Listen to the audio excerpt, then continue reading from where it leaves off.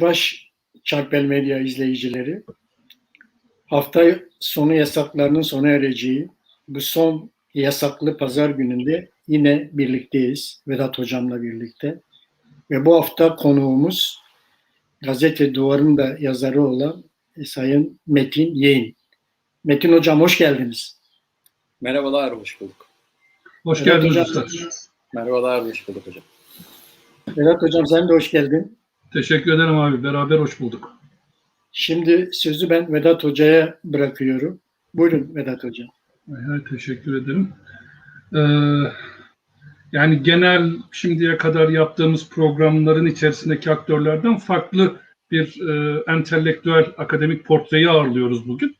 Genellikle güncel Kürt siyasal hareketinin aktörlerini ağırlardık yakın zaman içerisinde. Öncesinde de Çarper TV deneyiminde de yakın geçmişteki Kürt siyasal hareketini değerlendirdik programımız boyunca.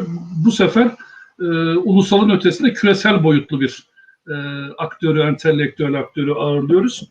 Benim de bir dönem yazılar yazdığım Gazete Duvar'dan takip edebilir takipçilerimiz.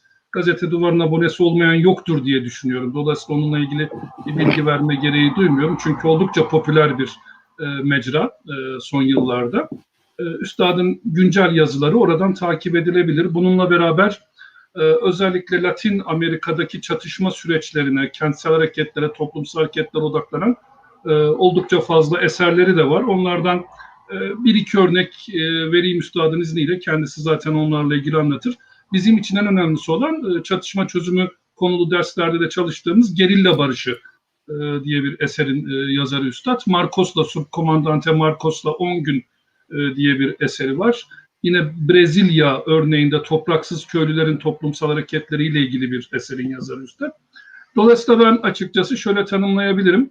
İyi bir okuru olarak, entelektüel anlamda iyi bir okuru olarak ve ikinci olarak az önce kendisini arz ettiğim üzere akademik alanım, kentleşme üzerine doktora yapan biri olarak da akademik kaynakçanı da oluşturması bakımından yakından takip ettiğim bir entelektüel aktör kendisi. Doğrularlar mı bilmem. Ben iki ana alanda kendisinin entelektüel faaliyetini yorumluyorum. Birincisi galiba neoliberalizmin güncel krizi üzerine belki tanımlayabilirim genel bir çerçeve çizersek. Neoliberalizmin toplumsal krizlerini özellikle Türkiye ve Latin Amerika örneklerinde inceliyor. Bir ikincisi de galiba yeni toplumsal hareketler diye kategorize ettiğimiz literatürde neoliberalizmin doğurduğu sorunlara, kentsel, çevresel, ekolojik sorunlara karşı bütün küresel dünya çapında doğan kentsel, toplumsal ya da yeni toplumsal hareketler kategorisiyle özellikle yoğunlaştığını düşünüyorum. Eserlerini o anlamda çalışıyoruz.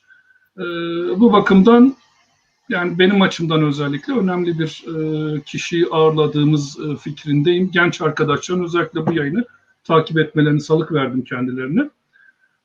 Benim izninizle üstada ilk sorum bu anlamda olacak. Kürt sorunu özelinde sorabilirim. Küresel çaplı deneyimleri, gözlemleri ve eserleri ışığında. İlk sorum şu, üstad Kürt sorununu nasıl tanımlarsınız? Birinci sorum bu. Ne olarak tanımlıyorsunuz? Öncelikle tabii çok büyük bir soru. Siz de bildiğiniz gibi hani bu öyle hani nereden baktığımıza bağlı çok genel bir sorunumuz var. Ancak tam tersinden doğru döneyim. Şimdi dünyanın sıfır noktası burası. Yani tam aksine Kürt sorununun ondan sonra Kürt siyasal hareketinin de bence yeterince anlatamadığı şey bu. Yani artık dünyada kimsenin Kürt halkının ezildiğine dair, işte onların neler çektiğine dair, yıllardır ne olduğuna dair, işte nasıl başladığına dair. Ya bu tarihçe çok önemli değil.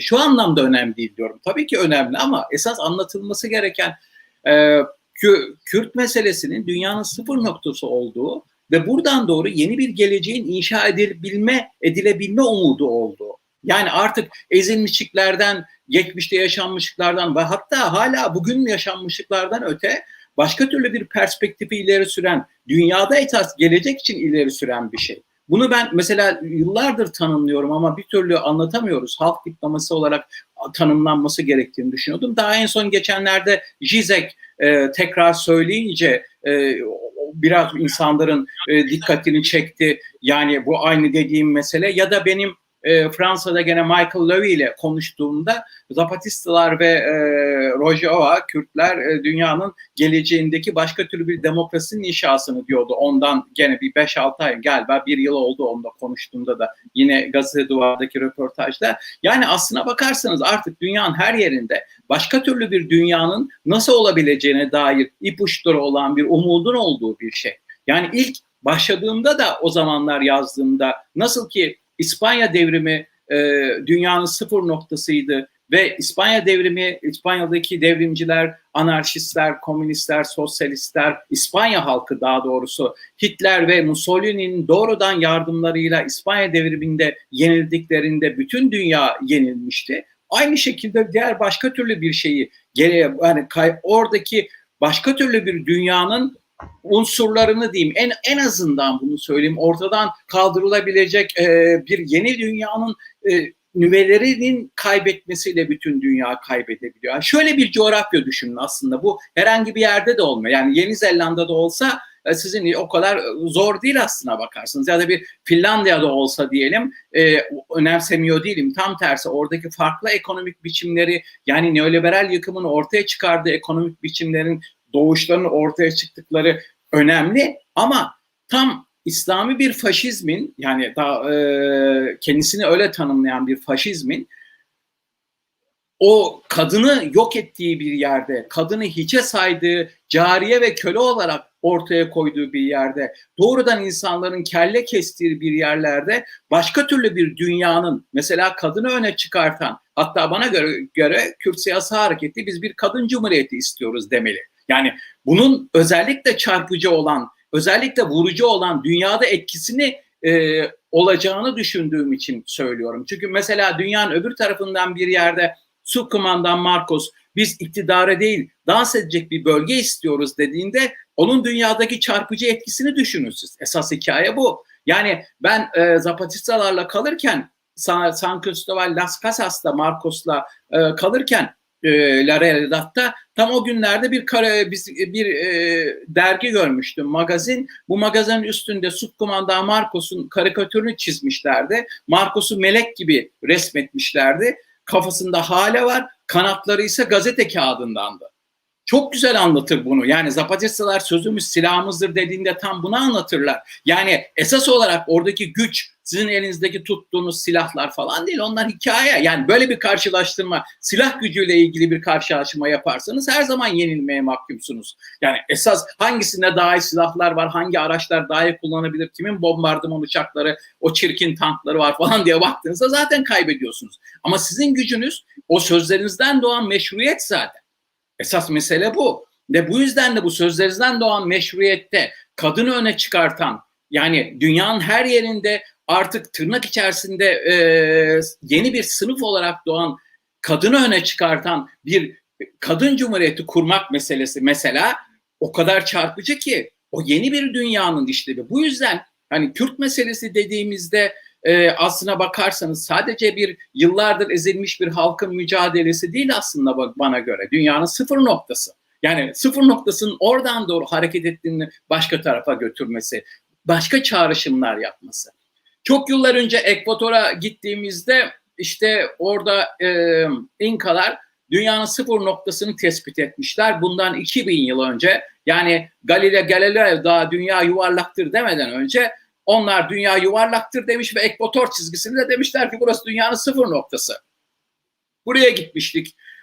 İşte turist otobüsleri, herkes geliyor, fotoğraflar çektiriyorlar falan bütün bu yerlerde. Sonra bizim oradaki ekvatorlu arkadaşlar dediler ki ya burası değil ki dünyanın sıfır noktası. Neresi? Aslında 2 kilometre ötede İnkaların tespit ettiği yer, ama oraya turist otobüsleri, şekerlemeciler falan sığmadığı için dünyayı bu tarafa taşımışlar. Yani arzın merkezini kaydırmışlar. Bu yüzden dünyanın her yerindeki her şey bozuk gibi.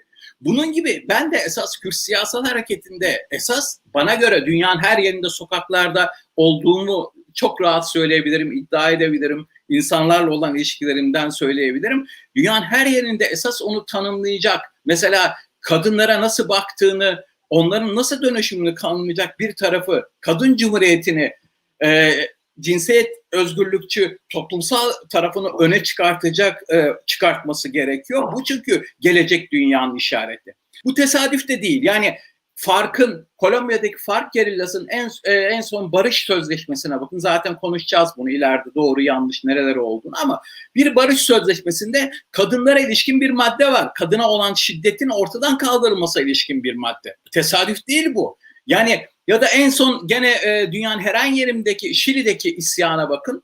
Yani kadınların öne çıktığı, onların çıkar. Yani bu tesadüf değil. Ve bu yüzden de böyle dünyada erkek şiddetinin, erkek iktidarlarının bütün toplumsal olarak egemen olduğu, neoliberalizmde kadın iyice dışlandığı, özellikle üretimin içerisinde daha da başka yerlere sürüklendiği, her türlü köleleştiği başka bir durumdaki böyle bir dünyada bunun en şiddetli, uçurumun en derin olduğu bir coğrafyada, Orta Doğu'da, IŞİD'in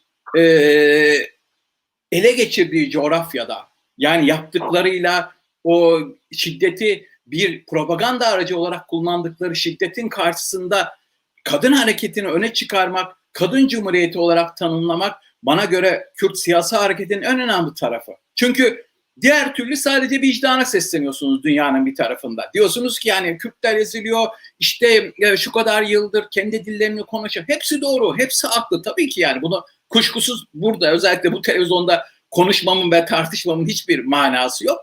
Ama bunu sadece vicdanlı insanlara değil, orada sokakta yürüyen herhangi birisine bunu bir kadın meselesi olduğunu, dünyanın geleceğinin bir kadın meselesi olduğunu söylemek, aslında sorunları özdeşleştirmek ve sadece vicdani değil, bizim geleceğimizin, dünyanın geleceğinin bir parçası olduğunu göstermek.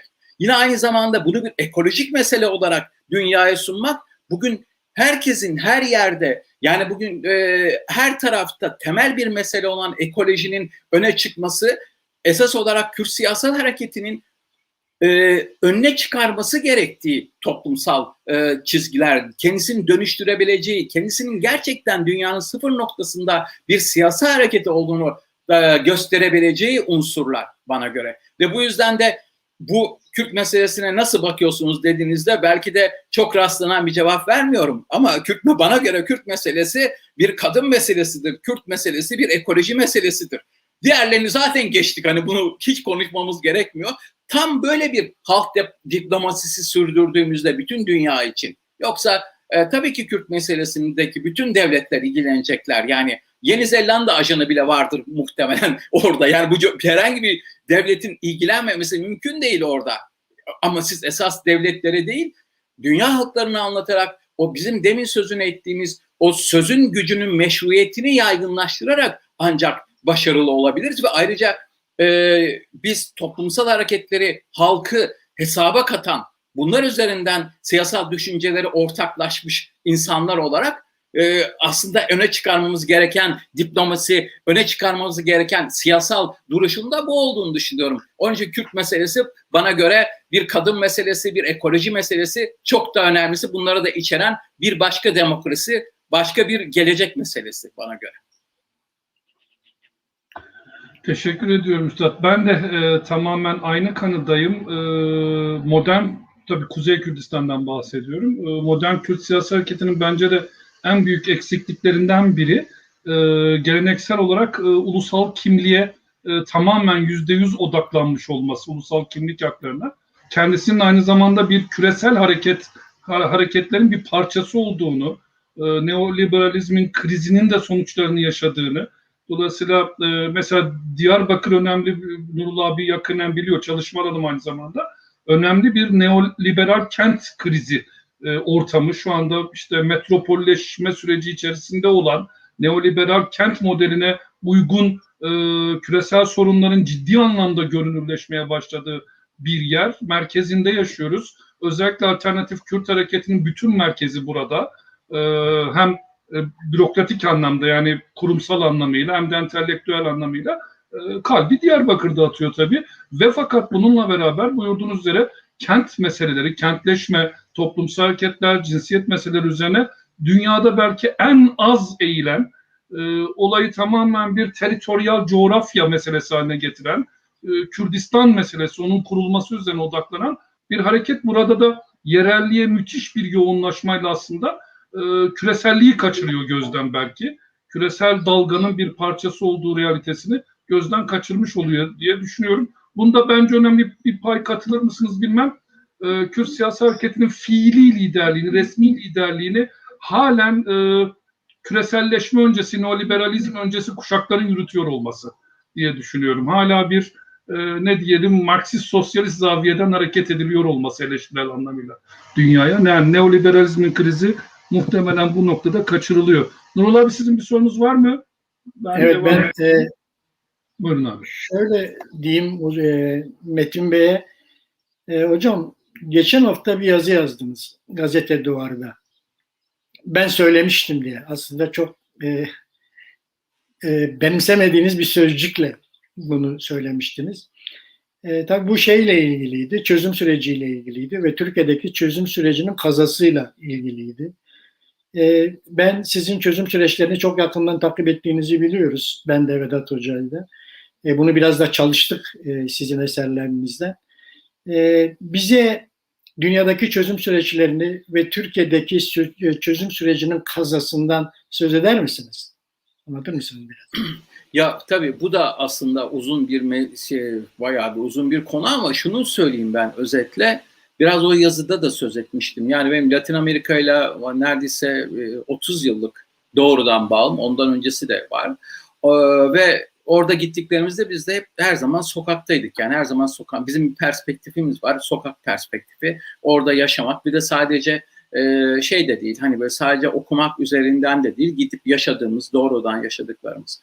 Ve bu yüzden de orada şimdi Nikaragua'da yani Latin Amerika'da çözüm sürecine baktığımızda, en sondakilerine baktığımızda mesela Nikaragua'da devrimcilerle karşı devrimciler arasında olan bir barış anlaşması var. Arkasından El Salvador'da yaşanan bir barış anlaşması, işte Guatemala'da, Meksika'da bir Zapatistalarla ateşkes anlaşması var. Hatta sonra Kolombiya'da 2'den fazla, 3'e kadar ayrı imzalanmış, yapılmış barışlar ve barış süreçleri var. Şimdi bir barış sürecine başladığınızda bu deneyimleri öncelikle bilmek gerekiyor, yani çalışmak gerekiyor. Bunda hemen çok kolay bir şekilde o aynı şey değil falan derseniz, o zaman hiçbir şey aynı şey değil zaten. Yani o zaman hiç okumayın, hiçbir şey yapmayın. Önemsiz o, ama bir deneyim. Hatta şunu söyleyeyim ben size, öyle bir şey ki bu kadar, öyle bir aynılığı var ki aslına bakarsanız bir sürü konuda. Şunu çok çarpıcı olan, mesela El Salvador'daki efemeriliğe oluşturan 5 gerilla grubu vardı. Bu 5 gerilla grubundan bir tanesinin lideri barış görüşmelerinden sonra ABD'de Harvard'a gitti. Harvard'da eğitim aldıktan sonra ABD'nin şu anda Amerika Birleşik Devletleri Devleti'nin resmi danışmanı.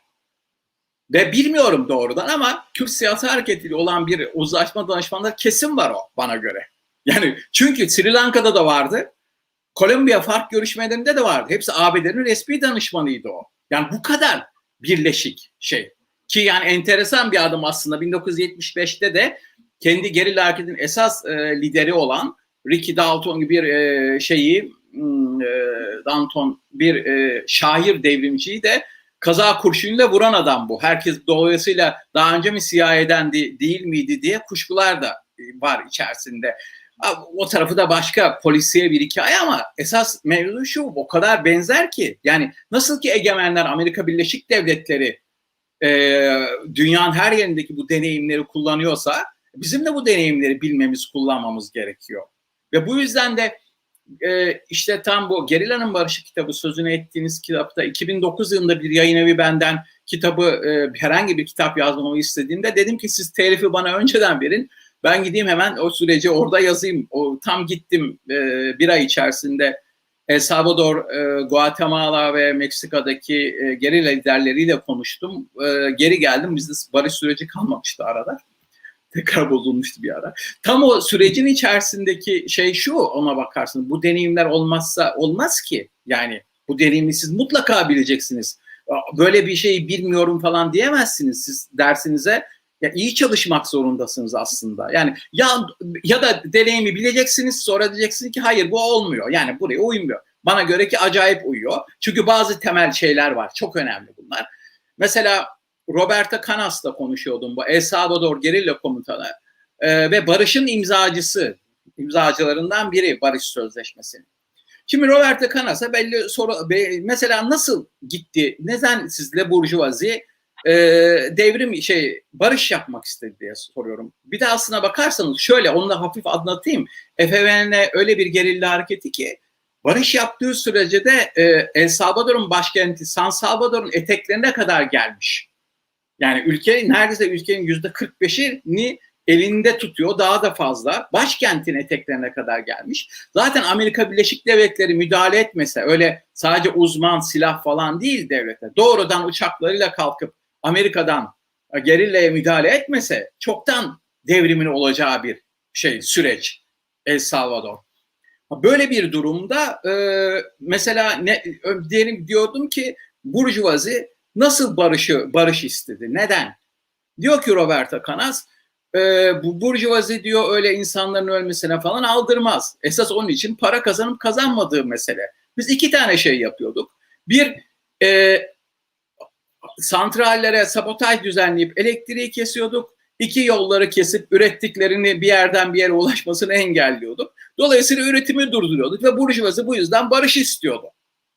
Barış istemesinin temeli mi, yoksa kaç tane yoksul ölmüş, asker ölmüş, ondan sonra ölmüş, bunlar önemli değil. Önemli olan onun üretimini devam edip ettirememesi meselesi. İkincisi, esas mesele şu zaten. Peki siz neye barış yaptınız? Hani hemen geldiniz, şeyin kıyısındasınız. Başkenti ele geçirebilirsiniz falan. Yani diyor, savaş öyle 100 yıl sürmez. Ondan sonra barış ayrıca devrim de değildir. Yani bir uzlaşma sürecidir. Bir pata durumunda, artık bir yenişememe durumunda siz masaya oturmak zorundasınız. Ve bizden önce, bırakın hani biz iktidar ele geçirmeyen, Nikaragua devrim yapmıştı. Nikaragua bile karşı devrimcilerle barışı imzalamıştı. Ondan sonra ayrıca Berlin Duvarı yıkılmıştı diyor bir başkasıyla konuşurken yine. Sovyetler Birliği ilişkiniz var mı? Yok, hiç yoktu. Hatta muhaliftik diyor. Ama buna rağmen bir duvar yıkıldığında o duvar sizin üstünüze yıkılıyor. Bu bir olgu. Yani mesela o zaman sosyalizm diyorsanız tekrar tartışmak zorundasınız bunun ne olduğunu. Başka bir şey olduğunu. Bu yüzden barış yaparken insanları sevip sevmemek üzerinden değil, olgular üzerinden hareket edeceksiniz. Yani bazen ben bu görüşmeler sırasında öyle de bir sürü zaman, ne yazık ki o zaman da yazmıştım. İşte Erdoğan samimi değildi diyorlar mesela bir sürü. Ya tabii ki samimi olmayacak. Niye samimi olsun yani? Ben de onunla karşı konuşurken samimi değilim. Mesele samimi olup birbirini sevip sevmemek meselesi değil. Bir politik olgu. Siz masaya ne kadar güçlü oturuyorsanız gücün arkasında o kadar var. Ben hiçbir devleti sevmiyorum ama yani devletle barışı savunuyorum. O düşmanla, barış çünkü düşmanla yapılır. Yani biz aramızda barış yapmamızın manası ne? Yani böyle bir şey yok. Onlar nasıl masaya oturuyorsunuz? Oturacaksınız. Yani başka çare yok çünkü barış karşılıklı çatışan taraflı olur.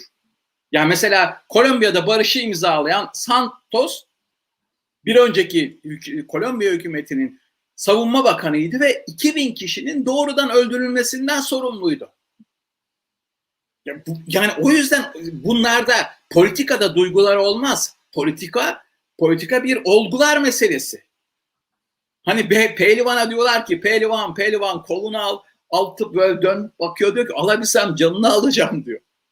Alamıyorsunuz kolunu siz. Yani bu mesele, onu niye yaptı, burada bunu yaptılar, katliamlar, böyle bir şey yok. Mecbursunuz. CHP ile mutlaka birlikte olmak zorundasınız.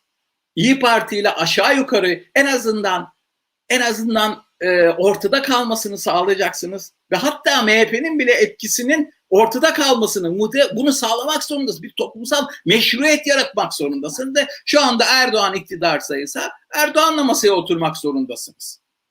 Yani bunda sevgi mevgi falan yok.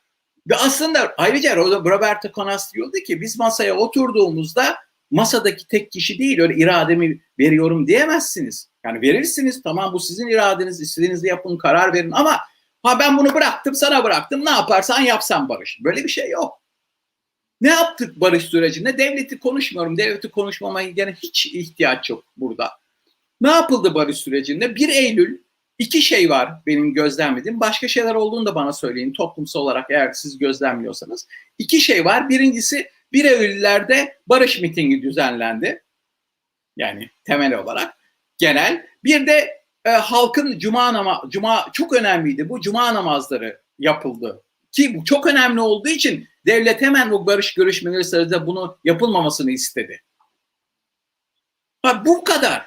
Peki biz nerede yaptık meşruiyeti? Nasıl meşruiyeti sağladık? Yani bu barışı, toplumsal durumu anlatmak için neyi anlattık yani insanlara? Barışı örgütlemek, savaşı örgütlemekten çok daha zor. Yani çok daha zordu bir barışı örgütlemek. O kadar ayrıntılar yapacaksınız ki bunun gibi yani benzer onlarca çalıştaya katıldım. Sadece yazmadım. Yani doğrudan arkadaşlarla konu her yerde anlattığımızda yani bir barışı yaparken mesela barış anlaşmasından sonra korucuların ne olacağını bırakın korucuların gerillanın ne olacağını, korucuların ne olacağını hesaba katacaksınız. Yaşamları nasıl idame ettireceğini, onlara maaş verilmesini savunacaksınız. Yani böyle mağazdan provokatör özel şeyler söylüyorum yani. Yoksa böyle bir konuşmada bunu söylediğimde arkadaşlar o zaman işte onların başımızın gözünde üzerinde yeri var falan diyorlardı. Yok böyle bir şey. Yani şundan yok böyle bir şey. Geriye bakın gerçekçi olalım. Yani ben arkadaşım, dostum o yüzden herkesin yüzüne karşı söyledim. Söylemeye de devam ediyorum. Cezaevinden çıkan kaç insan sokakta kalıyor? Yüz binlerce insan ne yapacağını bilmeden 10 binlerceden 100 bine ulaştık. Sokakta kalıyor. Uruguay'da eski politik mahkumlar sendikasıyla konuştum 2000 yıllarında. 15 bin eski politik mahkum vardı. Eski politik mahkumlar sendikası 13.500 üyesi vardı. Siz evinizin damını tamir ettirecekseniz tamirci aramıyorsunuz, sendikayı arıyorsunuz. Benim evim arızalı diye. Ben geliyorum sizin evinizin damını tamir ediyorum. Siz bana kredi veriyorsunuz. Hani para değil. 27 kredim oluyor. Benim çocuğum İngilizce ders alacaksa ben aramıyorum, sendikayı arıyorum. Diyorum ki benim çocuğum İngilizce ders alacak. Siz geliyorsunuz, İngilizce ders veriyorsunuz. Ben size 20 krediyi veriyorum. Böyle başka bir dünya var eski politik mahkum sendikasında. Sonra kapattık kamerayı. Benim de eski bir politik mahkeme olduğunu biliyordu arkadaş. Sizde kaç kişi var dedi. Söyledim kaç sendika var? Yok. Her yerde örgütlenmekten bahseden biz politik mahkumları örgütleyememişiz yani. Ve cezaevinden çıktığınızda siz yani 91'de çok yaşadık bunu arkadaşlarımız. Herkes yaşıyor şu anda. Hiçbir şeysiniz. Yani 10 yıl kalınmış, 15 yıl kalınmış, elinizde diplomanız var olsa bile ne yani 15 yıl, 11 yıl yatan bir mühendis olsa ne olur, olmasa ne olur yani. Ya da avukat ya da doktor diyeyim ben size. Biz kendimizi örgütleyemediğimiz halde bunu yapmadığımız bir durumda peki eski gerilinin ne olacağını öyle başımızın üstünde yeri var diye bir şey yok. Yani korucular hatta bunlar ne olacak? Bunları hesaba katmak zorundasınız siz barış anlaşmasında. Ve her barış anlaşmasında da var bu zaten aslına bakarsanız. Yani çünkü devletler bunu ileri sürdüğünde biliyorlar, bunu söyleyecekler. Yani demin söylediğim gibi mesela FARC'ın en son Kolombiya'da yaptığı barış anlaşmasında bütün gerilla asgari ücret alıyor şeyden sonra. Barış anlaşmasından sonra. Yoksa 15 yıl, 10 yıl elinde silahtan başka bir şey olmayan birinin yaşamını nasıl mı idame ettirecek o? Hangi koşullarda? Ya da başka ilginç bir şey söyleyeyim size. Hatta öyle bir şeye dönüşüyor ki bu Nikaragua'da ordudan tasfiye olan askerlerle karşı devrimci gerillalar arasında barış anlaşmasından sonra onlara maaş bağlanacağı imkanlar, sosyal imkanlar tanınacağı söylendi. Bunlar yapılmayınca bunların ayrı ayrı örgütleri en son birlikte eylem kararı verdiler devlete karşı. Bizim yani gerilla ve kontur gerilla haklarımız bize verilmiyor diye. Yaşam böyle devam ediyor. Ben bu yüzden hani politik hissiyat üzerinden doğru konuşmuyorum yani. Politik hissiyat üzerinden konuşsam Allah bütün devletlere zeval versin derim yani. Bununla ilgili şeyim çok açık. Yazdıklarım, söylediklerim falan. Benim söylediğim şu, bir olgular üzerinden hareket etmeliyiz. Ve bu olgular üzerinden hareket ettiğimizde de biz bunu daha meşru çizime yöneltmemiz gerekiyordu. Bunun örneklerini yazdım ben o zamanlar. Ayrı ayrı defalarca o zaman da gündeme yazıyordum. Her hafta 20 yıldır yaklaşık. Onu yazdım, konuşmalarda ileri sürdüm. Mesela akil adamlar dediğin daha devletin akil adamları yokken başka türlü bir akil adamlar, içinde her türlü insanın olduğu, boşluklar hareketinden insanların olduğu, sendikalardan olduğu akil adamlar barış için, aracı olmak için ortaya çıktılar. Bunu mutlaka devleti beklemek zorunda değillerdi kimse zaten. Ve bu yüzden de mesela Zapatistalar görüşmeler sırasında, yani Zapatistalar sadece bir bölgeni de gerillatırlar. Orada komünleri var. Mayaların bir %99'unun Maya olduğu bir bölüm ki hareketin de %99'u diyeyim Maya esas dinamiği. Orada mesela barış görüşmeleri sırasında Meksika'daki bütün işçilerin asgari ücretinin yükseltilmesini talep ettiler ateşkes görüşmesinde. Devlet dedi ki ya hayır ben seninle tartışmaya girmem, sen bu kendi şeyinle alanla ilgili bununla konuş. Hayır dediler, bütün Meksika'da demokrasi olmazsa bize yönelik bir demokrasi olabilir mi? Şöyle düşünün, Meksika'nın kuzeyinde bir işçi bir bakıyor ki teröristler sizin maaşınızın artmasını istiyor. Mesele bu aslına bakarsanız. Yani bir meşruiyet meselesi, anlatımı ve tanımı meselesi. Bu yüzden Zapatistalar yine benim çok sık uyguladığım bir şey, bir türlü beceremedik o zaman anlatmayı, demek ki yeterince anlatamadık. Her yere sandıklar koyalım, bir referandum yapalım diye önermiştim ben. Tabii ki yasal değil referandum, yani daha doğrusu referandumun sonucu legal olmayacak ama çok meşru, hatta yasal. Yani ben neden fikirlerimi isterseniz buna anket deyin, yani ne dersiniz yasal anlamında, bana göre referandum, neden fikirlerimi ortaya koyabileceğim bir referandum olmasın, her yere sandık koyalım diye yazmıştım. İstanbul, yani sadece Ahmet'e bütün doğuya, Kürt illerine falan değil, yani aynı zamanda İstanbul'a, Bağcılar'a koyalım yeni bir Kürt ili olarak. Dünyadaki en fazla Kürt nüfusunun yoğun olarak yaşadığı yer Bağcılar. Ondan sonra ve hatta bunda da kalmayarak, yani Denizli'ye koyalım, Muğla'ya koyalım, yani sadece onlara değil, yani sadece uydu anteni olanlara değil, herkesin olduğu Rize'ye, Karadeniz'e ve hatta dünyaya koyduğumuz bu sandıklarla barışa ilişkin insanların düşüncelerini alalım. Hatta diyordum ki orada yazılarda Chomsky de kullansın oyunu, Subkumandan Marcos da kullansın mutlaka ne olduğuna dair. Bizim dediğimiz meşruiyet, barış bu zaten. Eğer biz 10 milyon kişi kullansaydı, ki bana göre ben inanıyorum o dönem mutlaka 10 milyon kişi kullanırdı. Bunu hiç kimse yok sayamaz. Buna yasal veya da değil diyemezsiniz. Yani bugün şeyde olan bu böyleydi. Irak'ta olan, Kürdistan'ında olan, ondan sonra ya da Katalonya'da olanlar, onun yasal olup olması sorun değil. Siz orada bir irade gösteriyorsunuz, bir meşruiyet alanı yaratıyorsunuz, bir güç gösteriyorsunuz kendinizin. Biz barışı talep ediyoruz dediğiniz, nasıl bir barışı talep ediyorsunuz dediğiniz bir şey gösteriyorsunuz. O yüzden Roberto Canas masaya oturduğunda, ben imza attığımda arkamda bir halk olduğunu düşünüyordum diyor. Yani o o biçimlerin şeyi, yoksa siz masada yapayalnızsınız öbür tarafta baktığınızda. Ayrıca bir sürü başka taktiksel veriler de vardı. Onu da yazmıştım ve devam ediyordum. Yani ben yazmıştım dediğim sadece bildiğim değil. Ben bir Walter Benjamin'in anlattığı gibi anlatıcıyım aslında. Oradan toplum kendi öğreniyorum. Bu tarafa anlatıyorum. Buradan öğreniyorum. Oraya anlatıyorum. Sizden öğreniyorum. Başkasına anlatıyorum. Bunu yorumluyorum. Bir de onun üzerinden de hareket ediyorum zaten. Mesela Roberto Canas 2 tane şey söyledi. Yine ayrıca tekrar en önemli bir şekilde. Bir tanesi, biz sosyal demokratlarla ittifak yaptık. Böylece dünya diktatörlüğü, El Salvador'da bir diktatörlük olduğuna ikna oldu.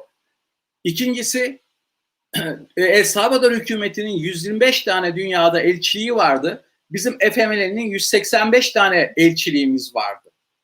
Yani dünyanın her yerinde biz ne olduğunu anlatıyorduk. Oralarda neler yaşandığını, bizim ne talep ettiğimizi anlatıyorduk.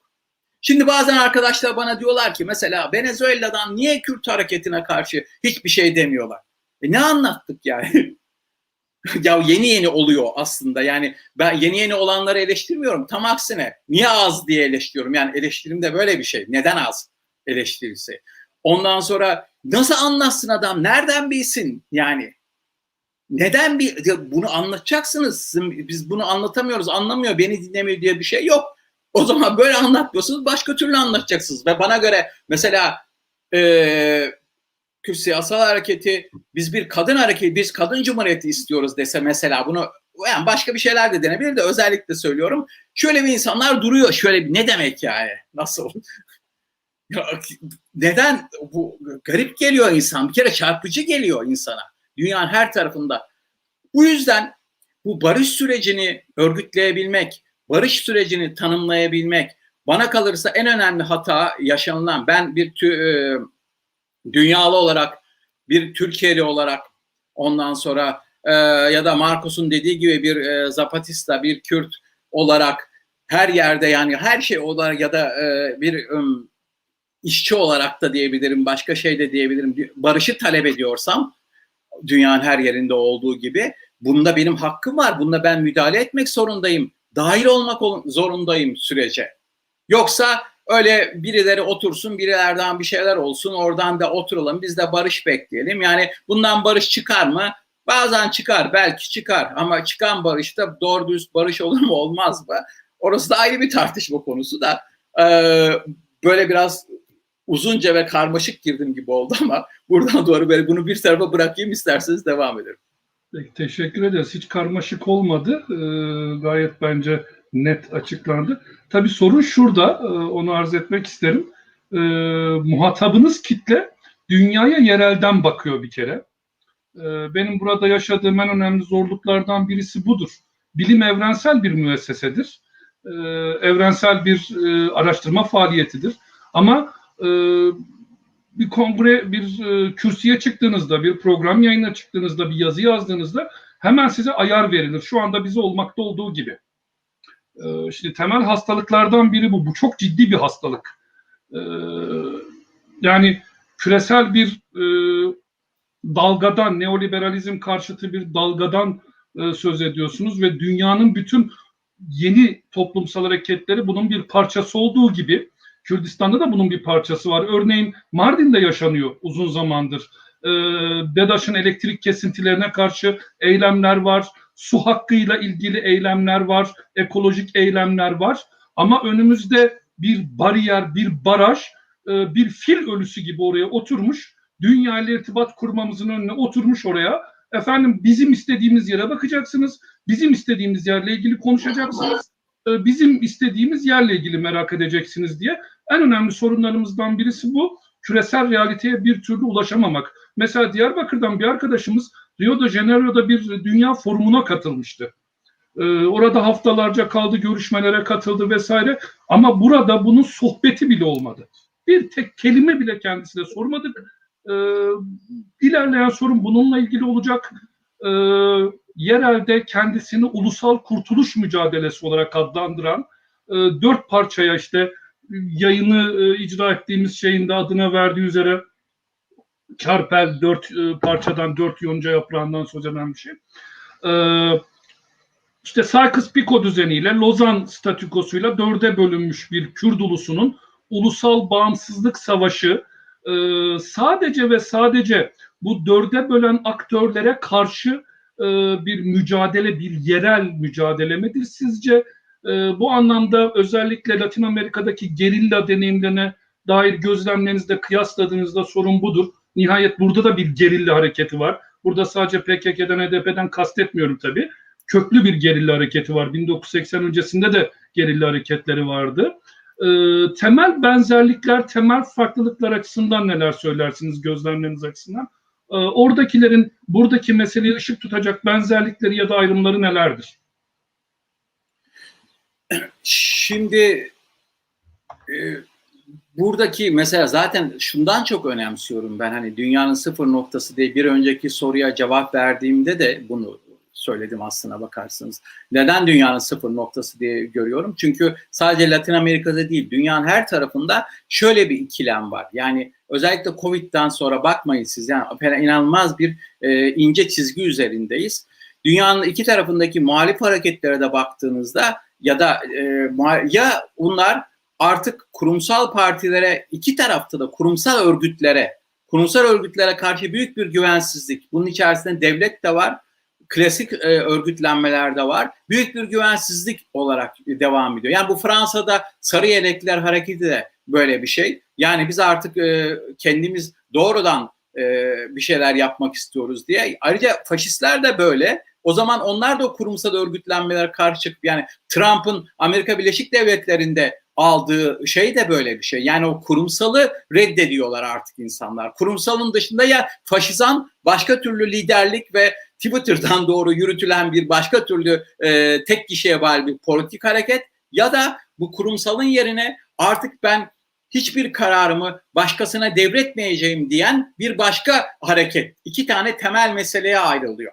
Ama zaten bana göre buradaki Kürt siyasi hareketinin teorik olarak savundukları buna çok müsait, elverişli bir şey. Yani işte doğrudan yönetim biçimi, başka türlü bir demokrasi, bana göre radikal bir demokrasi biçimi önerisi, yani teoride nasıl yürüdüğünü tartışmayacağım da, ama pratik olarak bu pratikte nasıl yürüdüğünü tartışmayacağım da, ama teorik olarak çok önemli. Bu yüzden Zizek baktığı zaman başka taraftan diyor ki ya işte bu önemli bir demokrasi anlayışı, biz onlardan öğreneceğiz diyor, ya da Michael Levy karşılaştırdığı zaman aynı şekilde, yani ikisi de dünyanın bir sürü yerindeki hareketlerle doğrudan yakından takip eden, izleyen insanlar olarak söylüyorum bunları, öne çıkartıyorum bunu. Bu yüzden de böyle bir demokrasinin, başka türlü bir demokrasinin öne çıktığı bir durum. Ha şimdi Latin Amerika'daki hani gerilla hareketi fark, ona bakarsanız çok daha klasik sosyalist bir hareketti. Marksist-Leninist, çok daha çizgileri daha keskin, 52 yıldır savaşı sürdüren, çok hiyerarşik ve hatta ondan barışın sürecinden sonra en kaybettiği noktalardan biri de o hala hiyerarşik yapısını yasal parti içerisinde de tutan, bunu her ne kadar kelimelerde ortadan kaldırdığını söylese bile gerçekte hiç ortadan kaldırmayan bir hareket. Ondan sonra burada esas sizin söylediğiniz neoliberalizmle olan bir çarpışma zaten sokakta devam ediyor. Şu tesadüf değil zaten. Yani Kürt hareketiyle, mesela neoliberalizmin etkisi olarak söyleyeyim ben size, Kürt hareketiyle ekolojinin yan yana gelmesi tesadüf değil. Yani sadece bu iki tarafta işte bir Bookchin okunup da yazılmış bir eser falan değil bu aslına bakar. Çünkü dünyanın her yerinde neoliberalizm esas öteki olarak sayılanları, dışlanmışları, doğasında kalanları tahrip etti. Onu yıktı. Çünkü daha önceki sistemler, mesela Brezilya'da Amazon içerisinde olan yerlilerin toprağını ele almak, ele geçirmek diye bir şey yoktu. Kendileri sürdürüyordu orada. Ama doğanın olağanüstü neoliberalizmle beraber olağanüstü talanı, olağanüstü her şeyi ortadan ele geçirilmesi süreci artık Amazon içerisindeki yerliyle ekoloji meselesini yan yana getirdi. İster istemez. Hindistan'daki azınlıklarla, yerlilerle, doğal toplumlarla ekoloji meselesini yan yana getirdi. Yani oraya bir baraj yapılıyor. O baraj o kadar büyük bir baraj inşa ediliyor ki, neoliberalizm çünkü inşaat demektir. O kadar büyük bir baraj inşa ediyor ki o barajın suladığı o nehrin boydan boya bütün ülkeyi, hatta bazen 4-5 ülkeyi suladığı alanlarındaki bütün yoksul halkları, bütün köylüleri doğrudan etkiliyor, yok ediyor. Yani onu dil olarak da yok ediyor. Şey de tesadüf değil. Yani ekolojiyle yok edilen bir, yok edilmek istenen, asimile edilecek bir Kürtçe, bu da yan yana gelmesi tesadüf değil. Yani mesela Guatemala'da barış anlaşmasından önce Maya dili %65 oranında Maya dili konuşuluyordu barış anlaşmasından önce. Daha sonra, o zaman yasaktı Mayaca, ama barış anlaşmasından sonra Mayaca üniversitelerde ders olarak kondu, yasak değil, ama şimdi ancak %25 Mayaca konuşuyor. Çünkü siz o toplumsal toprakla olan dilin bağını kopardığınızda, yani bir yandan neoliberal barajlar inşa edip otobanlarla, viyadüklerle onların kültürünün ortasından hızla geçtiğinizde geriye dil falan kalmıyor ki. Yani Kürtçe'de Hakkari'de, Kronberg'de işte 40'a yakın kar kelimesi var diyorlardı. Kar tanımlaması var diyorlardı. Bu böyle tartışılıyor. Bazı arkadaşlar en az 5 tane var diyor. Diyelim ki 5. Şimdi herkes oradan Mersin'e taşıdığında kar yağmayacak ki siz o kar kelimesini kullanasınız yani. Dilin toprakla bir doğrudan bağımlılığı var. Bu yüzden toplumsal hareketlerle dilin, kimlik meselesinin öne çıkması, ekoloji ve kimliğin öne çıkması hem hegemonyanın en önemli unsuru haline dönüştürülmesi hem de aynı zamanda bunun tabii tepkisel olarak da isyanın ve devriminde en önemli unsuru olması da tesadüf değil. Bunlar da tesadüf değil yani. Yani hem Kürtçe dilini savunmak, Kürt kimliğini savunmak bunun ötesinde, aynı zamanda da doğanın talan edilmemesini savunmak gerçekten hiç tesadüf değil. Çünkü ilk önce ekoloji falan dendiğinde insanlar, yani radikal olanlar küçümsüyorlar, daha böyle ya o mu var meselemiz şimdi diyor. Ya da ben konuştuğumda falan hocam ya güzel konuşuyorsunuz. İyi ama yani bizim şimdi başka sorunlarımız var. Hani komün falan ya tamam yani tamam yaparız ya hocam çok güzel hocam ama diye başlayan her zaman böyle şeyler duydum. Öyle değil aslında. Tamamen bugün tanımlanmak zorunda. Çünkü artık bu bizim için bir hayat memat meselesi. Yani artık İstanbul'da Nişantaşı'nda oturup ekoloji beni ilgilendirmiyor. Ben zaten organik marketimden alıyorum domatesimi yiyorum diyemezsiniz. Sizin baktığınız gördüğünüz Marmara değil betonlaşmış durumda. Böyle bir lüksünüz yok artık kenarda durabileceğiniz. Bu yüzden toplumsal hareketler diye Latin Amerika'nın anlattıklarım da ben oraya gittim diye olan bir şey değil. Çünkü neoliberalizm dünyanın ilk olarak Latin Amerika'da uygulandı. Yani daha neoliberalizm adını almadan önce Pinochet diktatörlüğünün uyguladığı ekonomik politika neoliberal politikaydı. Ondan öğrendiler politikayı. Neoliberal politikayı. Sonra 75'lerde yani 73'te Şili'de uygulanmaya başladıktan sonra 75'lerde ismi verildi neoliberalizmin, sonra dünyadaki hegemonya dönüştü. Özellikle 91'den sonra da karşısında sevin ya da sevmeyin bir olgusal aykırı bir alternatif bir durum olmadığı için bütün her yerde iyice büyüdü, ele geçirdiler bütün dünyayı ve artık eskisi gibi devletin rasyonel olmasını da düşünmüyorsunuz. Yani mesela Kanal İstanbul'u yapacak olan bir Türkiye Cumhuriyeti Devleti rasyonel mi? Yani böyle bir şey olamaz zaten. Yani mümkün değil. Yani kendileri de biliyorlar rasyonel olmadıklarını. Bu yüzden dünyanın her yerindeki toplumsal hareketlerle siyasal hareketlerin birbirine bağı sadece birbirini sevdikleri için falan değil. Hatta HDP'nin yani ekoloji, kadın hareketiyle olan bağı, Kürt siyasal hareketi olan bağı da tesadüf değil. Hatta tam tersini söyleyeyim. Böyle bakmasaydı HDP üzerinden Kürt siyasal hareketini, kadın hareketine böyle bakmasaydı, ekolojiye böyle bakmasaydı gayet kabul edilebilir bir hareket olarak görülebilirdi. Yani bir sürü yerde hani Kürtçeyi ama aykırı, radikal düşüncelerini savunduğu için bununla ilgili muhalefetle bağlar kurabildiği için bir ayrı alan olarak inşa ediliyor bu. Bu yüzden o toplumsal hareketlere geçmeden önce demin şeye değinmek istiyorum.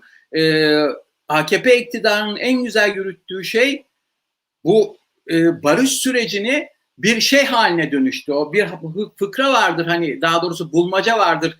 Bir nehrin bir tarafında kurt, kuzu ve çimen vardır. Bir tane kayık vardır. En fazla 2 tanesini birlikte bunu karşıya geçirmek zorundasınızdır. Ondan sonra işte kuzu ile çimeni yan yana koyamazsınız. Bu böyle bir bulmacadır. Hani kurtla çimeni geçireceksiniz, sonra geriye götüreceksiniz. Bunu hangisi gibi?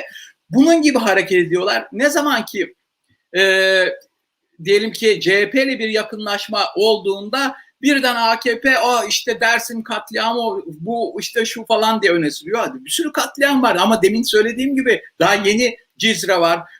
Yani siz barışı çatışan tarafla yapacaksınız zaten. Bunun için Roberto Conas'ın biz sosyal demokratlarla ittifak yaptık dediğinde yani CHP'siz bir barış olmaz. Açık söylüyorum yani size. Hatta demin saydım size yani. İYİ Partisi ve MHP'nin de en azından durduğu bir çizgide barış yürülebilir ve AKP ile imzalanabilir barış. Ama siz mesela CHP ile bir araya gelirseniz şu anda iktidar için bir risk olursanız AKP'ye karşı barış imzalarsınız. Bir de tam tersine Siz CHP ile zaten ittifak yapacağım dediğinizde, ilke ileri sürmediğinizde, benim yerel seçimlerde yazdığım gibi, o yazıda da ben demiştim, yazısında da vardı. O zaman o sizi cepte keklik görecektir, affedersiniz. Onun için siz de hiçbir ittifaka girmeyecektir. Ya da girse bile kapalı kapılar ardından girecektir. Böyle bir şey yok ki. Benim ilkelerim var. 5 tane ilke koyarım ortaya. Mesela derim ki çok dilli belediyecilik, ücretsiz toplu taşıma, ondan sonra her yerde kreş. Ya bunlar olması şart değil. Ben bunu örnek olarak veriyorum. Bunlar zaten Kürt Siyasi Hareketi'nin programında da var tabii ki. Ben dışında bir şey de söylemiyorum zaten. Olan bir şeyi söylüyorum. Bu 5 ilkeyi kim uyuyorsa ben o zaman onlarla işbirliği yaparım, ittifak yaparım derseniz. Çünkü siz bir kilit hareketsiniz yani. Bu ülkede tırnak içinde demokrasinin kilidisiniz siz. Hayatta böyle bir siyasal harekete kaç kere şans gelir? İstanbul seçimleriyle 2 kere geldi üst üste. Böyle bir şey yok. Dünyanın hiçbir yerinde size 2 kere politik şans gelmez. Siz orada bunu ileri sürseydiniz, ben hani kimle ittifak yapacağımı ancak ve ancak bu şekilde belirlerim deseydiniz, o zaman tabii ki insanlar sizle doğrudan ya da başka türlü bir şekilde ittifak arayacaktı. Mutlaka masaya oturmak, imzalamak zorunda da değil. Binali Yıldırım boşuna mı İstanbul seçimlerinde geldi, Ahmet'te konuştu? Yani bu tesadüf, hayır. Siz bunu söyleseydik bugün, çünkü sadece bir politik hareket demek, ülkeyi politik olarak etkilemek demek sadece iktidardan olmuyor. Siz muhalifken de etkiliyorsunuz. Ve özellikle kilit bir hareketken, muhalifken siz politikayı doğrudan daha sola, daha özgürlükçü bir tarafa %11 gibi bir güçle ülkenin gelebileceği en sol çizgiye kadar bile taşıyabilirsiniz. Çünkü siz kilitsiniz. Ama baştan itibaren ben zaten yapmayacağım, ona muhalefim dediğinizde bu iş olmuyor. Yani pratik olarak düşünseniz de olmaz. Yani o bile yararsız bana göre. O yüzden mesela bunu ben Brezilya örneği de verdim. Lula hükümeti Brezilya'da İşçi Partisi 40 tane ayrı grupla oluşan bir parti ve Lula seçime gittiğinde bu 40 ayrı ile oluşan İşçi Partisi 13 tane ayrı partiyle ittifak yaptı. Başkanlık seçimine girdi. Bu çok güzel geliyor önce ama sonra bir bakıyorsunuz Lula en sağ ile hareket etmek zorunda kaldı. Neden? Çünkü 13'ten biri ayrılsa kaybedecek. Siz elinizdeki %11 böyle bir şey. Erdoğan iktidarı da yani %1,5'lar için, şimdi Saadet Partisi için neler yapıyor, tarikatlar için neler, %1,5 bile böyle bir şey. Ve böyle bir yerde siz %11 ile hala elinizdeki politik gücü kullanmıyorsanız hatalısınız. Yani arkadaşım da olsanız ondan sonra hatalısınız. Yani bu Erdoğan'ı çok sevmek ya da sevmemekle falan ilgisi tabii ki yok yani. Ya da bir başka, siz politik hareketsiniz, duygularla hareket etmeyeceksiniz. Bir ittifak, bir ilkeler ortaya çıkaracaksınız. Bu ilkeler üzerinden hareket etmek zorundasınız ve sizler de bunlarla ilgili masada oturacaklar ve devam edecekler. Latin Amerika'daki ittifaklar meselesi böyle. Zorunlusunuz siz bununla yapmakta. Ne yazık ki devrim yapamadık. Yapamıyoruz yani. Ona bakarsanız diyorlardı ki işte Erdoğan Kürt siyasal hareketini tasfiye etmek istiyor. Tabii ki isteyecek yani. Ben de o siyasal düşünceyi tasfiye etmek istiyorum aslına bakarsanız. Elimden gelse.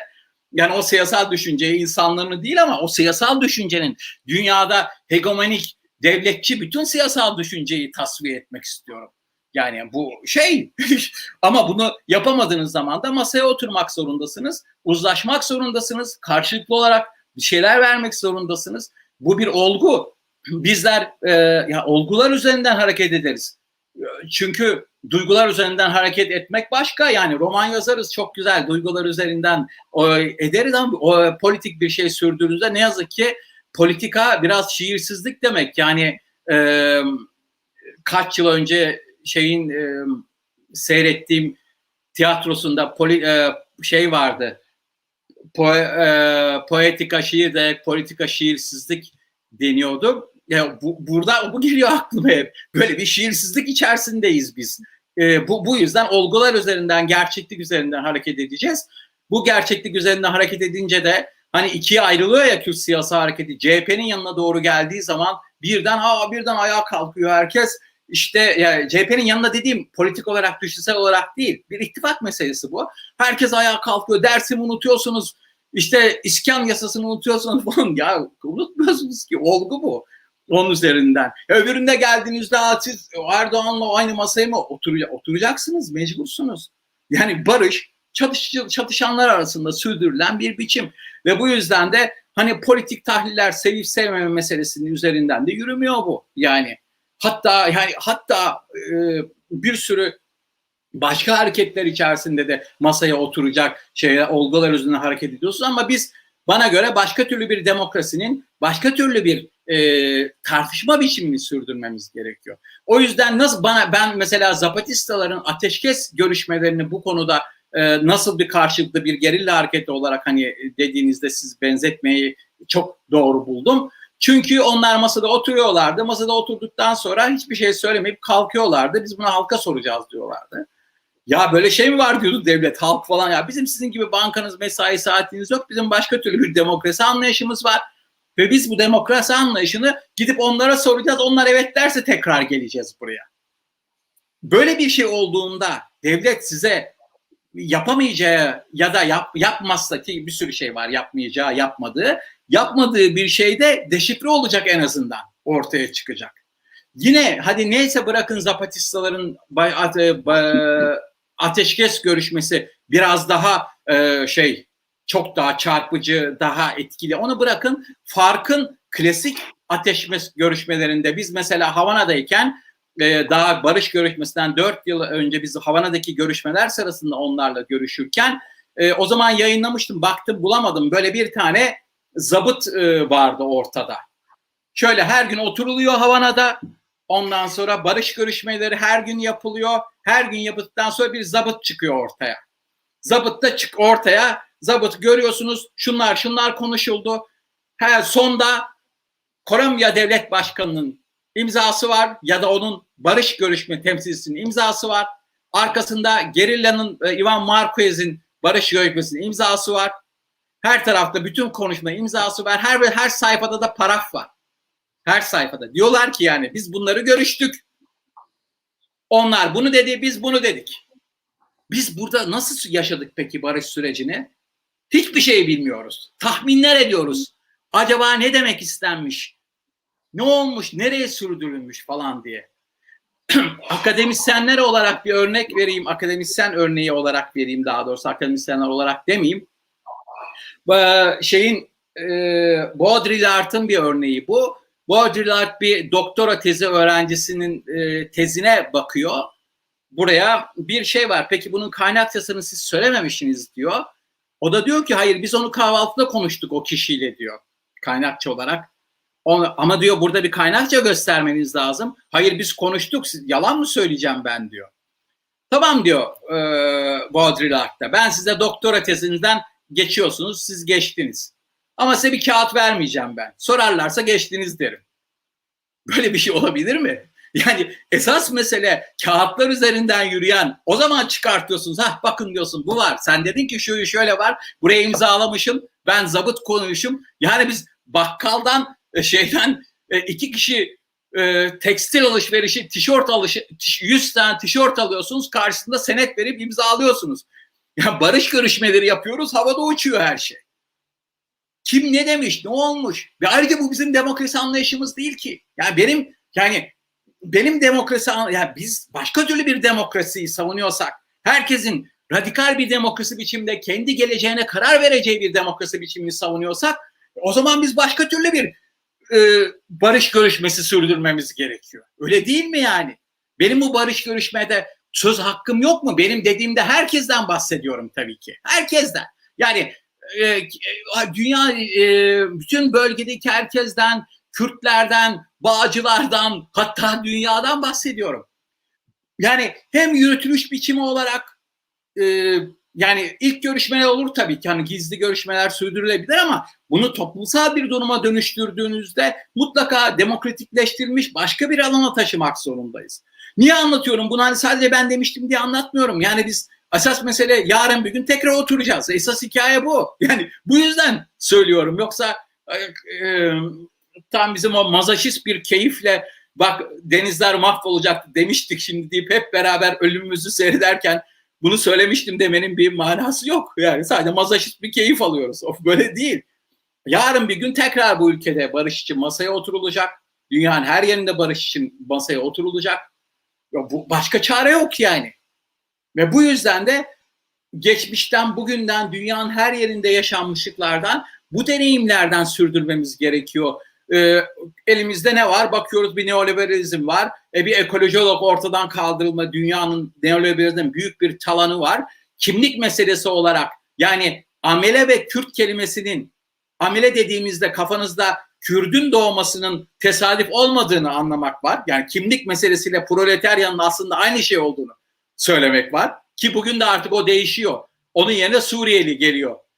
Yani çünkü en şeyleri yapanlar artık onlar olmaya başlıyor. Kafamızda bu değişmeye başlıyor. Yani bütün bu olguları hesaba katarak bir barış düşüncesi yapmamız lazım. Çünkü ki barış olur mu olmaz mı? O da ayrı bir mesele. Mesela Kolombiya, El Salvador, Guatemala'da barış oldu mu? Ya da Sri Lanka'da ne oldu falan, bunların hepsi ayrı bir sorun. Ama bunları hesaba katmadan bir barış talebi yaparız tabii de gerçek bir barışa ne kadar alabiliriz? Bu barışın ne kadar bir kısmını sürdürebiliriz? Orayı tam bilemiyoruz aslına bakarsanız.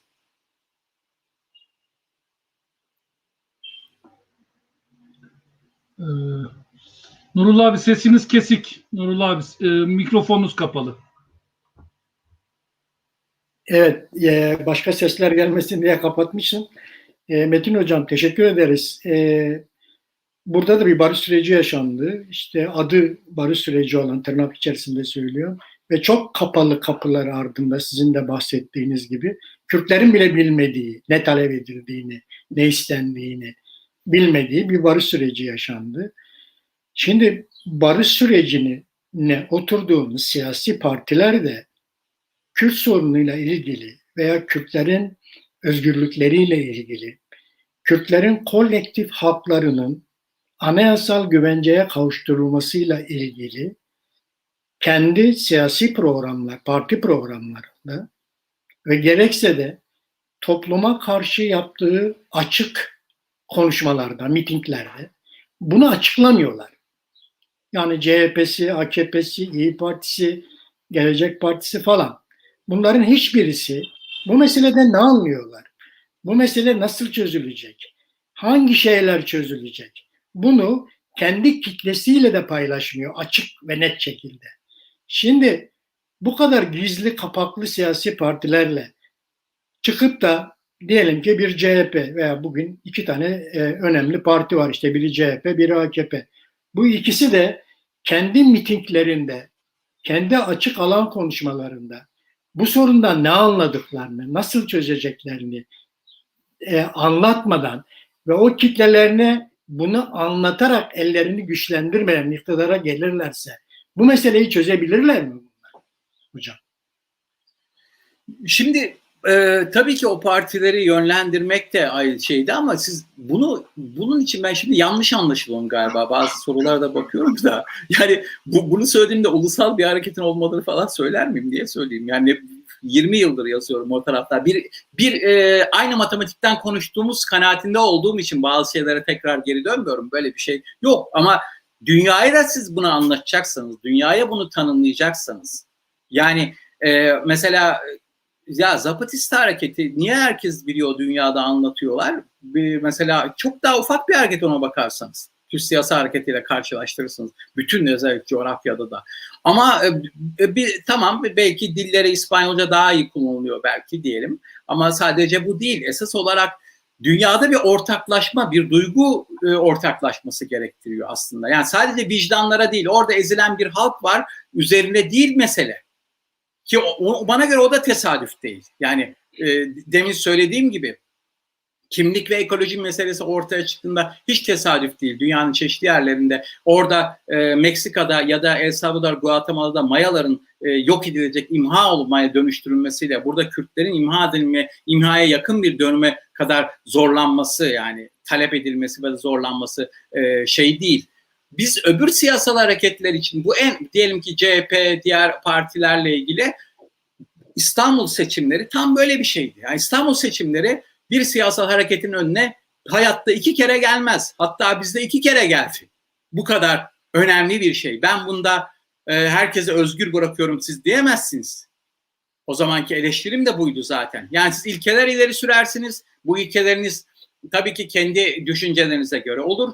O ilkeleri ileri sürersiniz ve bu ilkeler üzerine insanlar tartışırlar ve siz o ilkeleri harekete geçirdiğinizde, yani eğer ücretsiz toplu taşımayı kabul ettirirseniz herkes der ki, o zaman CHP'liler de der, başkaları der, ya bak bu onların ücretsiz taşıma talebi üzerine yerine geldi ve sürdürdü diye. Bundan başka şey olmaz. Yani ve siz barış imzaladın. Barış çok geniş bir meşruiyet istiyor. Çok geniş bir meşruiyet istiyor. Yani ayrıca demin Kürtler bir devlet kurmuşlar. Ya birden böyle bazen bunu uzun zaman sonra ben bile hayır olmayın falan, böyle yok, benle ilgisi yok bunun yani. Bu bir güç meselesi üzerinden doğru dönüşen bir şey, biçim.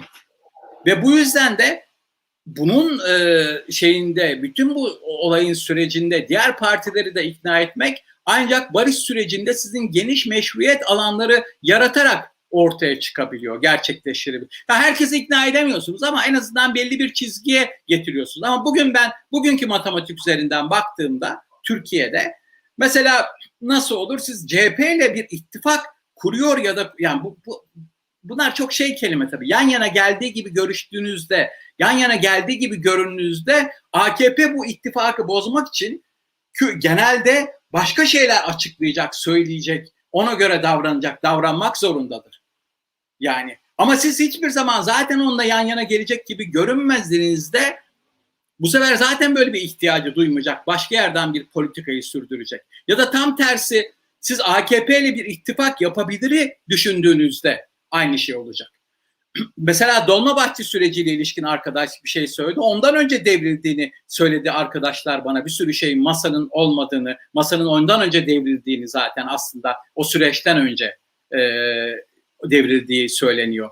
Ondan sonra ya bir sürü böyle şeyler var ama benim dediklerim bu söylenenler üzerine değil. Benim dediğim çok daha var. Biz baştan itibaren meşruiyet alanında, yani sadece Kürtlerin söz söyleme hakkının dışında esas olarak ne bileyim Karadenizli'nin de bilmem nenin de bu barışa onlara anlatmak zorundayız biz. Herkese anlatmak zorundayız biz. Geniş bir meşruiyetle ancak barış sağlanabilir ve sürdürülebilir. İlk de dedim yani korucunun maaşını konuşmak zorundayız. Diyeceğiz ki yani koruculara, herkese barış imzalanırsa siz şundan sonra sizin alacağınız maaşlar ortadan kalkmayacak. Siz şu maaşları alacaksınız. Oradan devam edecek. Hatta o zamanki toprak sorunları var her barış anlaşmasından sonra dert olan. Yani 40 yıldır orada toprakta başkalarının işgali altında, onun öncekileri gelecek diye insanlar bir kısmı barışı savunmuyor. Yani bunların hepsinin çözümünün olabileceği, azlı çoklu karşılıklı bir uzlaşmanın inşa edilebileceği bir barış. Eğer bunları yapamazsak olmuyor. Yani o zaman sadece bir tek şeye bağlı oluyoruz. Orada dönem değişiyor. Yanlış politik durumlar oluyor. Ondan sonra o yanlış politik durumların sonucunda da bütün elinizdeki olanları da kaybediyorsunuz. Çünkü her barış sürecinde de eğer gerçekleşmezse ondan sonra savaşın çok daha fazla şiddetlenmesi ortaya çıkıyor ki bu yaşandı bizim ülkede, Türkiye'de. Başka bir evreye taşındı bana göre.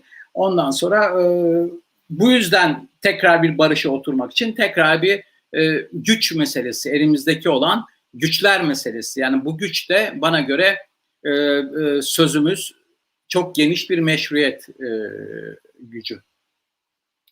İşte, Peki, tam da bunu buyurun abi. Vedat Hocam, bir şey Metin Hoca ile paylaşmak istiyorum. Tabii ki yani bizim Kürtlerin şu anda Türkiye'deki özgürlük mücadelesini biz elbette ki Türk sosyal demokratlarını, Türk sosyalistlerini, Türk komünistlerini, Türk muhafazakarlarını, hatta Türk milliyetçilerinin belli bir kesimini ikna etmeden bu problemin çok rahat barış içinde çözüleceğine inanmıyoruz. Mutlaka bunların da ikna edilmesi gerekiyor. Ama bunlar ikna edilirken bunları temsil eden siyasi hareketler, AKP, CHP, MHP ve diğerleri, hiçbirisi kendi tabanına bu meseleyi anlatarak gelmiyorlar. Elleri güçlü gelmiyorlar.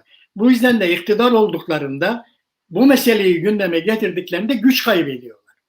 AKP'nin başına geldiği gibi. CHP'nin de başına bu gelebilir.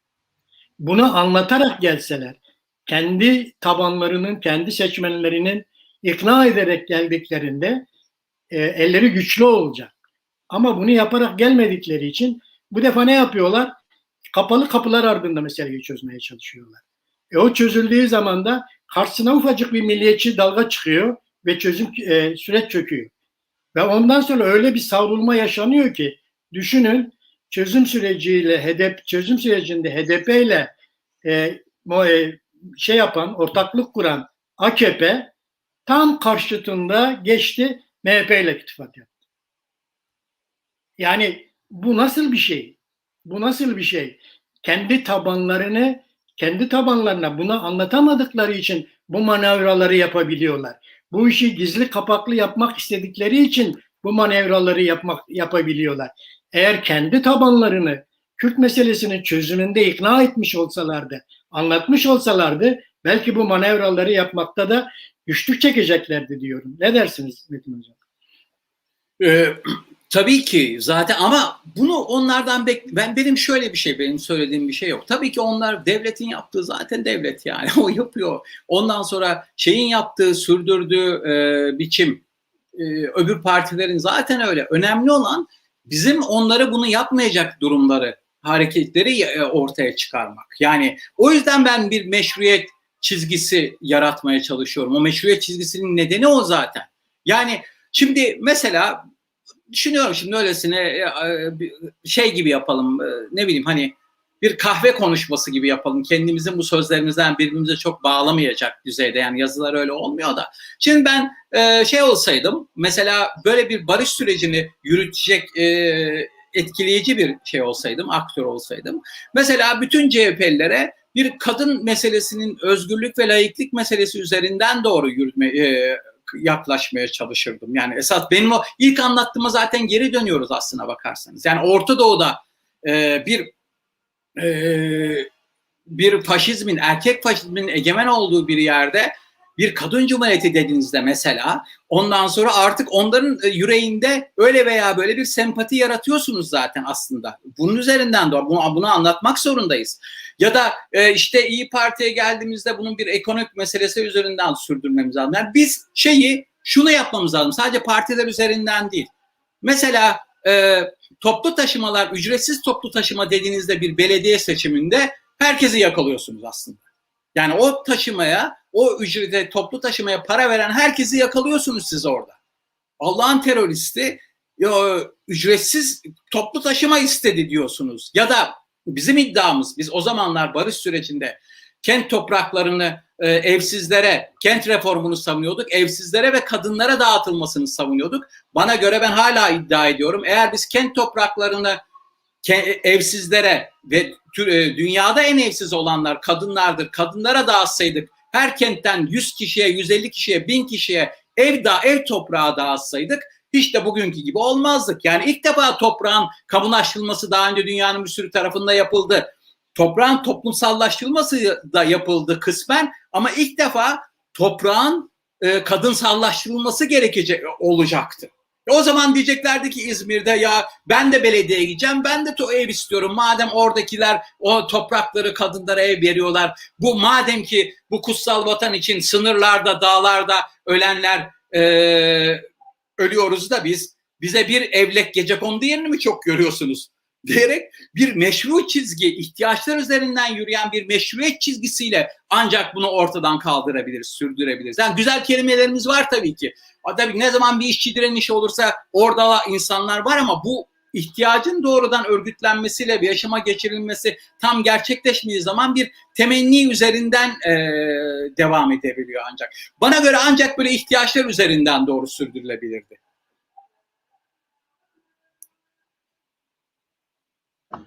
Üstad teşekkür ederiz. Bu bağlamda konuyu dağıtmadan aslında benim akademik alanımla ilgili başka bir sorum olacak ama o zaman konu Pardon, olacak. ben bir saniyenizi rica edebilir miyim? Kapıyı açmam lazım da. Tabii.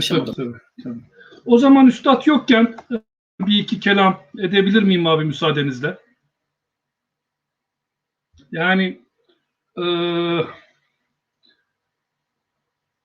bunu defalarca arz ettim takipçilere. Şu konuşmacıya ayar verme huyundan vazgeçemedik gitti. Bu saygıda ciddi bir kusur.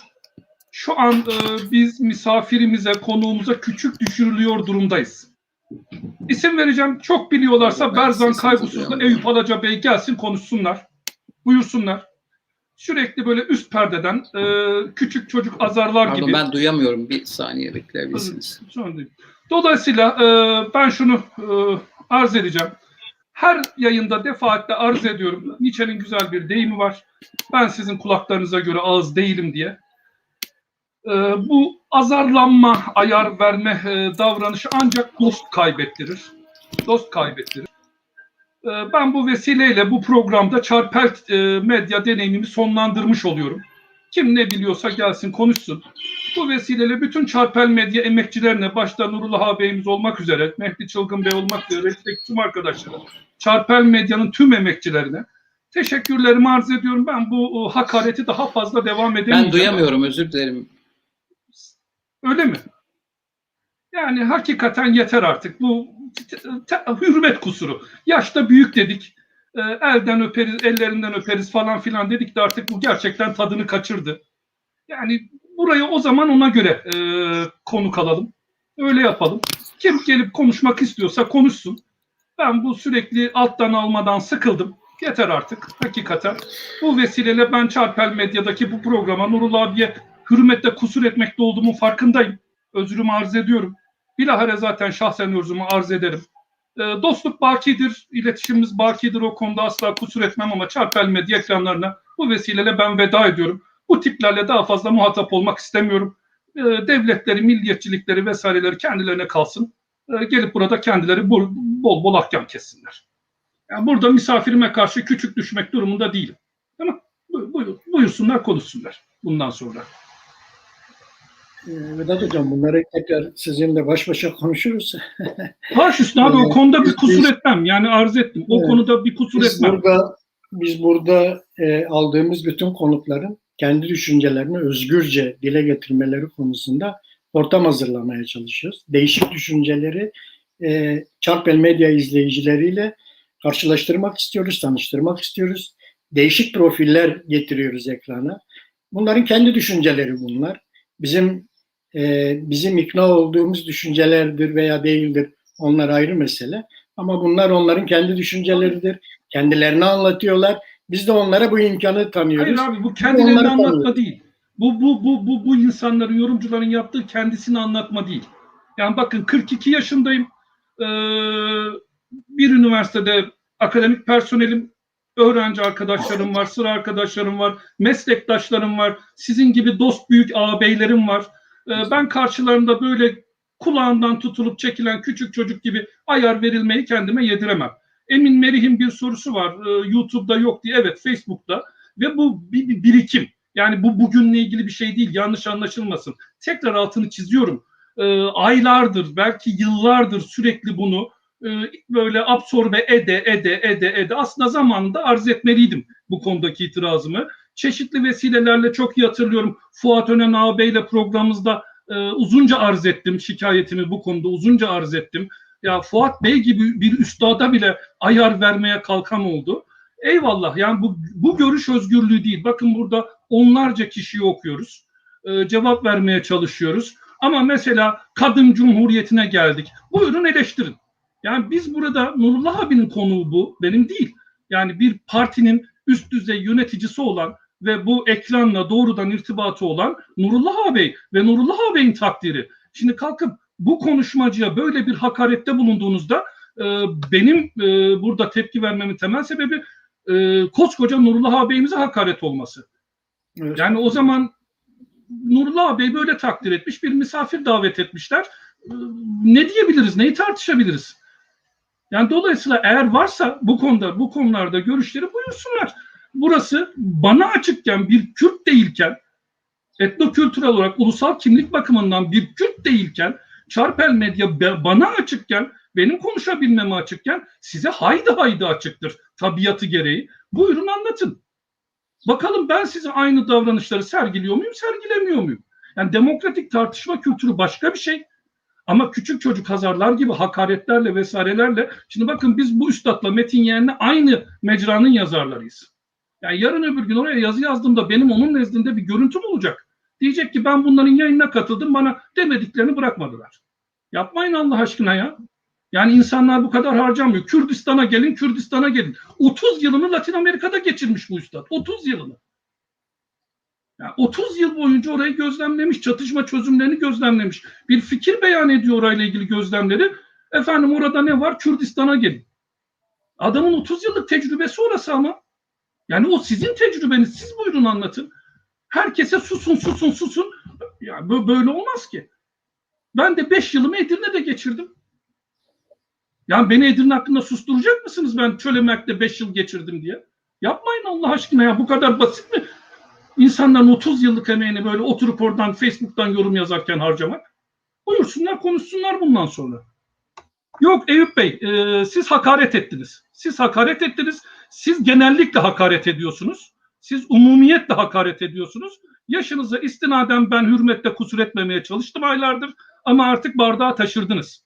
Lütfen yazdığınızı falan okumayacağım. Ondan sonra üstadlarımız, büyüklerimiz takdir ederlerse gelip derdinizi anlatırsınız. Bu sizin vesilenizde bardağı taşıran son damla olmanız vesilesiyle benim de Çarpel Medya'da son yayınım oldu. Teşekkür ediyorum size. Metin Hoca'daki eksiklik giderildi mi acaba hocam? Duyuyor Zannetmiyorum abi. Ekranda ve şeyde yok, seste yok. Rejiden belki bir haber alabilirsek. Evet. Rejiye bir bakalım. Hocamız düştü diyor. Dolayısıyla evet yayından düşmüşler. Ne kadar? Yarım saatlik bir zamanımız var. Evet. Yani bekleyelim kendisini gelebilecek vaziyette. Biraz daha bekleriz hocam. Evet. Bu Latin Amerika'daki gelişmelerle ilgili çok deneyimli, birikimli bir insan. Hı. Biz bu yüzden programa çağırdık kendisini. Bu deneyimlerinden yararlanmaya çalıştık. Bu kendi düşünceleri. Evet. Biz ya ben onunla aynı düşünmüyorum. Ben de aynı yıllardır şeyi sizin düşünüyorum ama huzurunuzda onun arz kendi ediyorum. düşünceleri. Evet. Ben bağımsız bir Kürdistan devletinden yanayım. Bunu daha ne kadar da söyleyebilirim ki? Ama ben böyle düşünüyorum diye Metin Yeğen Üstad da benimle aynı düşünmek zorunda mı? O bizim konuğumuz. Radikal demokrasiyi savunan, benim şiddetle eleştirdiğim, şiddetle kınadığım bir ideolojiyi savunan birisi. Ne yapabilirim? Ben kınıyorum, konuşma. Böyle şey olabilir mi? Böyle saygısızlık olabilir mi? Anlatsın, dinleyelim. Yani cinsiyet meselesi, ekolojik meselesi konusunda ben de onunla aynı fikirde değilim. İşte burnumuzun dibinde genç de şu anda Kürdistan ormanları yanıyor.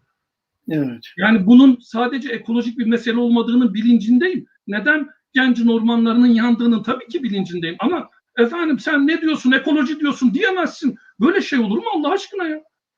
30 küsur yıl bu politik mahkumluk tecrübesinden gelen birisi. Bir entelektüel, bir yazar lütfen yani. Bu kadar oturup Facebook'tan klavyeye basmakla insan harcanmaz ki. Hakikaten bu nedir böyle? Yani bu ulusalcılık falan değil. Bu dost kaybettirir. Başka bir şey yaptırmaz. 42 yaşındayım. Ömrümün 30 yılı benim Kürt mücadelesinde geçti. Nereye koyacaksınız beni? Yani çoğu genç arkadaştan bu konuda daha tecrübeliyim. Bütün akademik mesaimi, entelektüel mesaimi buna feda etmiş durumdayım.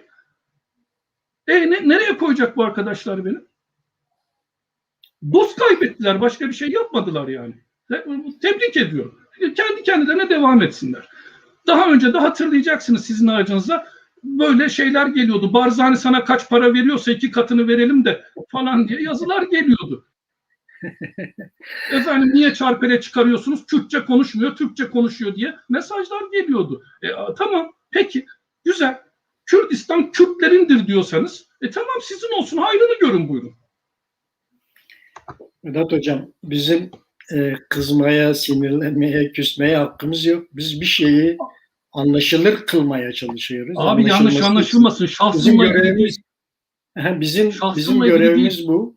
Yani biz bir şeyi, bir konuyu anlaşılır olmaya, kitlelerin anlayacağı biçimde konuğumuza da izin vererek, kendi düşüncelerini özgürce anlattırarak şey yapıyoruz. Yani bir program yapıyoruz. Bu bizim yaptığımız. Yani bu bizim kendi düşüncelerimizle alakası yok. Fuat Önen'i misafir ettik. Fuat Önen Üstad bizim işte ana akım Kürt siyasi hareketi dediğimiz şeye keskin muhalif, kesin bağımsızlıkçı bir üstadımızdır. Onunla beraber hukuk fakültesinden Vahap hocamızı da misafir ettik. Misafir ediyoruz. Yani. Evet, yani biz bunda bir sorun yaşamıyoruz ki. Yani Vahap Hoca çıktı diye biz Vahap Hoca'yla aynı fikirde falan değiliz. Böyle bir şey olabilir. Sorun yok. Hani bu normaldir. Biz değişik düşüncede insanlarla tanışmak istiyoruz. Sosyal medya izleyicilerini tanıştırmak istiyoruz. Böyle düşünenler de var demek istiyoruz. Ve onlara da kendilerini anlatmaları için ortam hazırlıyoruz. Sorularımız var. Bir de tekrar ediyorum, benimle ilgili değil. Zaten ben işiteceğimi sizin yanınızda 3 yıl önce işittim. Çarpel TV'de işittim. Şahsi değil, bakın altını çiziyorum. Misafirimize mahcup ediliyoruz. Biz baş başa dost meclisiyiz. Siz sosyal medyadan biliyorsunuz, ben dost meclisi diye yazarım. Biz dost meclisiyiz. Kavga ederiz, küseriz, darılırız, tartışırız. O bizim dost meclisi içinde iletişimimizdir. Ama burada size konuğunuza hakaret edilerek size hakaret edildiği fikrindeyim. Yoksa Ahmet'teyiz zaten. İlla ki sokakta bir yerde karşılaşırız. Kavga ederiz, küseriz, darılırız biz. Birbirimizin yabancısı değiliz. Ama konuğumuza hayır. Konuğumuza hayır. Konuk olmaz. Mümkün değil. Çünkü onun temsil ediyoruz biz burada. Ya bu öyle bir şey olmaz. Bakın tekrar ediyorum. Bu vesileyle üstad gelmeden önce. Bakın şu soğuk savaş söyleminden, ajan, provokatör, işbirlikçi, hain vesaire söyleminden vazgeçin. Dünya o dünya değil. Evet, 70'lerde iş görmüş olabilir. Ben de o gelenekten geliyorum. Aylarca, yıllarca arz ettim. Ben bir Türkiye'li komünistim. O gelenekten geliyorum. Revizyonist bilmem ne diye suçlama geleneğinden geliyorum. Evet, ama artık 2000'lerin dünyasında iş görmüyor bu. 70'lerin jargonlarıyla insanları ancak kendinizden soğutursunuz. Ben de herhalde liberalizme karşı biriyim. Ama artık kahrolsun liberaller denilen bir dünyada değiliz. Dünya öyle değil. Ya kahrolsun liberalizm dediğim zaman en önce küstüreceğim kişiler benim öğrenci arkadaşlarımdır. Çünkü küreselleşme devriminin çocukları bunlar. Ancak benden küserler, kırılırlar, derler ki hoca bizi küçümsüyor. Yani bu böyle değil yani. Bu dediğim gibi abi, bu bir birikim. Yani kimse kalkıp bu programda söylenen yazılanlarla ilişkilendirmesin. Bu 4-5 yılın birikimi. Denk dergisinde yazı yazarım, azar işitirim. Çarpel medyada bir şey söylerim, azar işitirim. Yani hakikaten yeter artık. Şunu söyleyin, yani açıkça söyleyin. Hürriyet gazetesinde yazıyor. Bakın, bir sürü Kürdistan 24'e çıkıyorum. En müdavim kişilerinden biri benim. Rudav'a çıkıyorum. Çarpel medyada haftalık sizinle program yapma fırsatına sahibim. Bugüne kadar hiç kimse sormadı. Neden ana akım Türkiye medyasına çıkmıyorsun? Davet mi edilmedik zannediliyor? Hayır. Oranın erbabı olmadığımızdan çıkmıyoruz. Neyse üstad geldiler. Evet. Eyüp Bey, özür dilerim. Eyüp Bey'in yazdıklarını falan okumayacağım. Öyle bir soru sormuş. Hocam okumayacağım. Bundan sonra okumak için hiçbir sebebim yok Eyüp Bey'in yazdıklarını. Berzan Kaygusuz'un yazdıklarını falan okumayacağım tabii ki. Buyursun, burada anlatsınlar. Üstad geldiler, buyursunlar. Ben şeyi soracaktım hocam, abi, siz mi soracaksınız? Bu son buyurun, biraz az zamanımız kaldı. HDP'nin kapatılması meselesi. Evet, buyurun hocam, sorun. Üstad, duyabiliyor musunuz beni? Metin şimdi Bey, bir saniye. Şimdi duyacağım hocam. Bir saniye. Kusura bakmayın, bir teknik hikaye oldu. Estağfurullah, rica ederiz. Şeyi soracağız bu vesileyle, bu Türkiye'deki çatışma çözümü sürecinin muhatabı HDP olarak algılandı. Ama bununla beraber HDP paradoksal bir biçimde kendisini Kürtlerin siyasi hareketi olarak tanımlamadı. Kürtlerin de oy verdiği bir Türkiye hareketi olarak tanımladı ve hep böyle devam ediyor. Ama bununla beraber kendisine Kürdistani diyen, kurumsal isimlerine Kürdistan diyen partiler de var. Nurullah Ağabey genel başkan yardımcısı Kürdistan Özgürlük Partisi'nin ve bunlar hakkında isimlerinden dolayı kapatılma davası açtı. Devam ediyor bu davalar. Kürdistan Komünist Partisi, Kürdistan Özgürlük Partisi, Kürdistan Sosyalist Partisi. İnsan ve Özgürlük Partisi'nin hala başvuru dilekçesi kabul edilmiyor, alınmıyor vesaire. Bu paradoksal olarak bu barış meselesini, Kürt sorununa dayalı barış meselesi HDP ile görüşüldü. Devlet ya da AK Parti diyelim. HDP'yi muhatap aldı ama HDP bununla beraber kendisinin sadece ve tek başına Kürt meselesiyle organik bağ olduğunu reddetti. Kadınların, işte siz söylediğiniz radikal demokrasi teorisine uygun olarak Alevilerin, eşcinsellerin, ezilmişlerin, bütün ötekilerin partisi olarak kendisini gösterdi ama Kürt sorununun da çözüm muhatabı olarak masaya oturdu. Şu an malumunuz bu partiyle ilgili de bir kapatma davası var. Hem bu paradoksu, hem kapatma davasını, hem diğer Kürdistan kurumları hakkındaki kapatma davalarını nasıl yorumlarsınız, onu sormak isterim. Bu tabii... Bir de Metin Hocam, bilginiz var mı bilmiyorum, bir ekleme yapayım ben Vedat Hoca'nın bu sorusuna. Şu anda Anayasa Mahkemesi'nin önünde adı Kürdistan olan 4 tane kapatılma davası son kararı bekliyor. İddianameye savunmalar yapıldı. Şu anda Anayasa Mahkemesi'nin önünde 4 tane partinin genel başkanını çağıracaklar. Sözlü savunmasını alacaklar ve karar verecekler bu aşamada. HDP de 5. parti olarak daha bu sürece yeni başlıyor. Evet, buyurun hocam. Ya şimdi zaten bu mesela sadece sizin söylediğiniz çizgilerde değil, demin de söylediğim gibi geniş bir meşruiyet hareketi gerekiyor. O tabii ki bütün partiler bunda, hani onları tartışmamıza bile gerek yok. Dedim ya, biz belli bir matematik üzerinden doğru tanımladığımızda bunu tanımlıyoruz. Burada esas politik olarak gene bana kalırsa bu yerel seçimlerin olumsuz etkisi var. Yani bugün HDP'nin kapatılması bile, yani kapatılma talebi bile diğer partilerle birlikte bunun bir etkisi var. Çünkü genel olarak bir sola sürüklenmeye ihtiyacı vardı burada. Yerel politikalarda, eğer bu yerel seçimlerde bu şans, 2 kere gelen şans bu değerlendirilseydi, o zaman kapatılmayı bırakın, Türkiye çok daha fazla demokratik olarak başka bir noktada buluşacaktı. Yani benim iddiam şu, ben sadece iktidar olarak bir toplumsal kader belirlenmez. Ayrıca bir sürü zaman muhalefet olarak da toplumsal kaderi belirleyebilirsiniz iddiası var.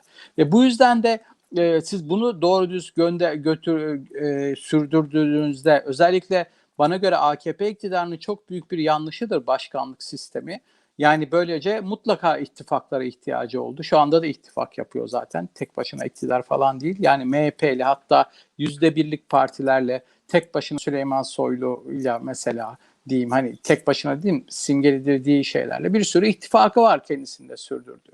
Böyle bir geniş ittifak arayışı içerisinde eğer bu daha önceki yerel seçimi daha iyi politik bir fırsat olarak değerlendirilseydi ve ona göre ilkeler üzerinden bir ittifak meselesi aransaydı, onun üzerinden sürdürülebilirdi. Yoksa zaten Türkiye'nin yani bu sadece HDP için, işte Kürdistani partiler için falan değil, aynı zamanda ülkenin demokratik duruşuna ilişkinde yani şu anda herkes biliyor yasaların uygulanmadığı, kendi yasalarının bile doğru dürüst hiçbir şekilde yapılmadı. Her şeyin kendi klasik kurumsal halini bile reddettiği bir sürü şey var, olay var bunun içerisinde ve bunda da esas temel olarak en son yerel seçimlerdeki politik hatanın neden olduğunu söylüyorum ben.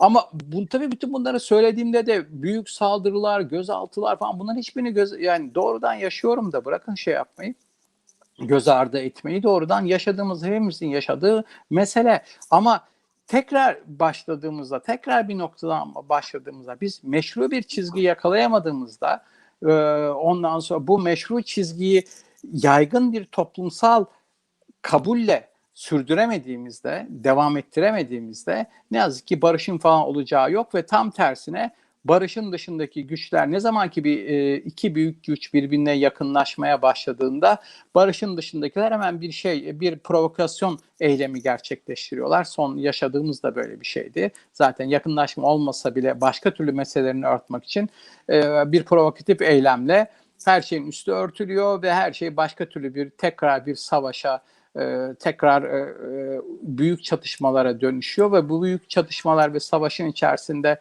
tekrar barışı konuşabilmek, bunu ortaya koyabilmek falan öyle çok kolay bir mesele değil. Bayağı zor oluyor.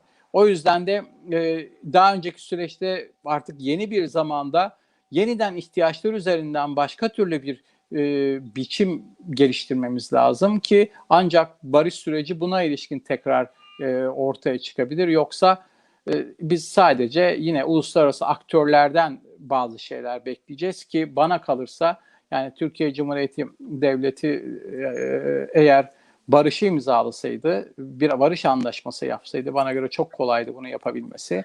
Şu anda Orta Doğu'nun değil sadece Avrupa'nın en güçlü ülkelerinden biri olacaktı. Ve aynı zamanda kendi devletleri sevmiyorum ama yani kendi devletinin de büyük avantajı olacaktı. Bunu yapmayarak çok büyük hata yaptı.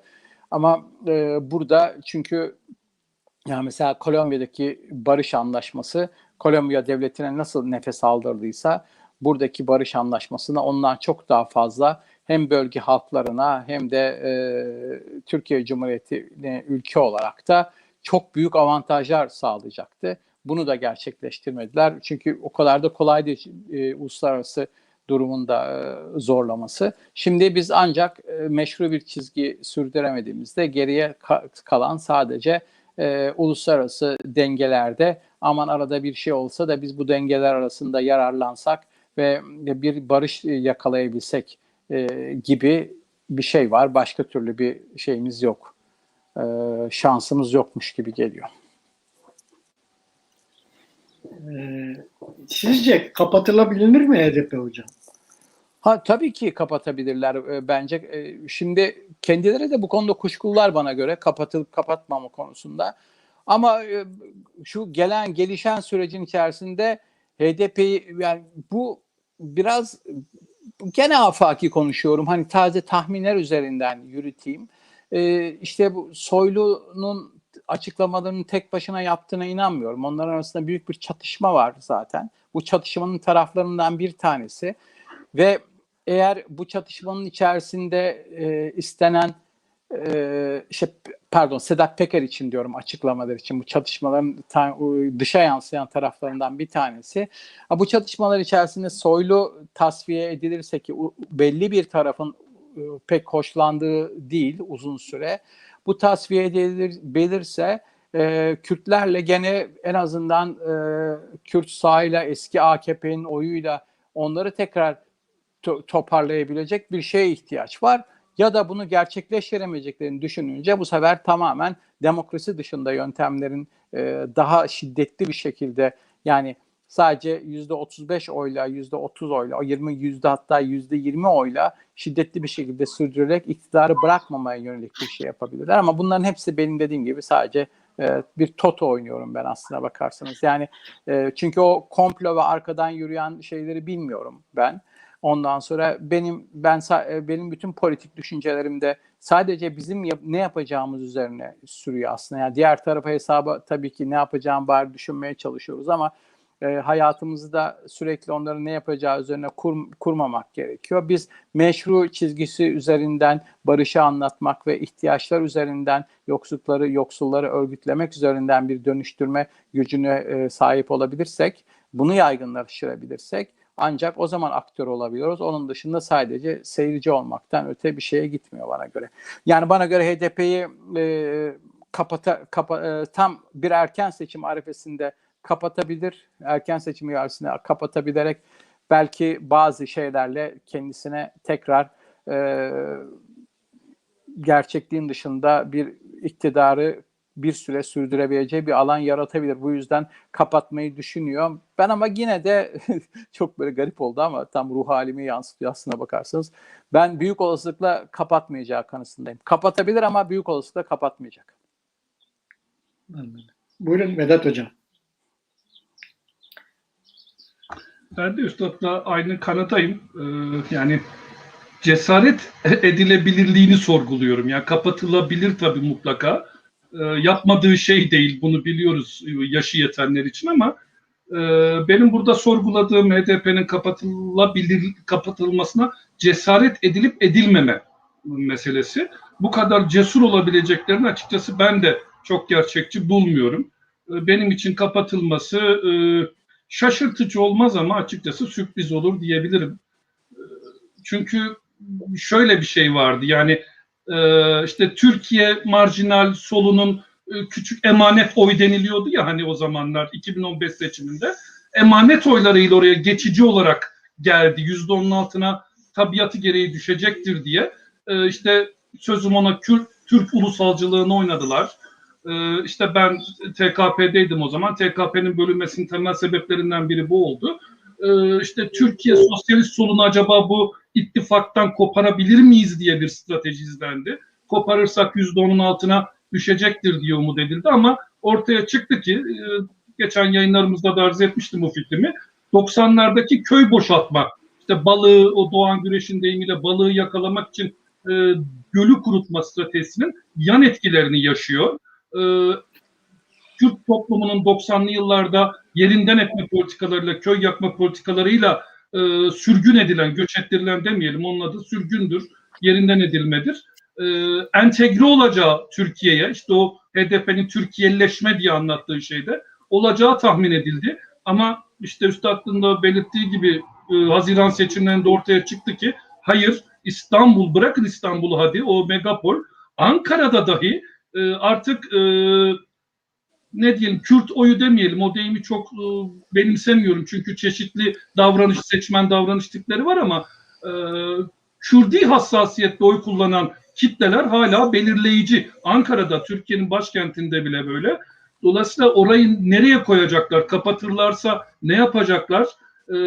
Buradan oy bekleniyor mu? İşte yerel seçimlerden sonra büyük bir, Ahmet'te yaşadık biz bunu, büyük bir propaganda bombardımanı yaşandı. Toledo yapacağı suru meselesinde olduğu gibi.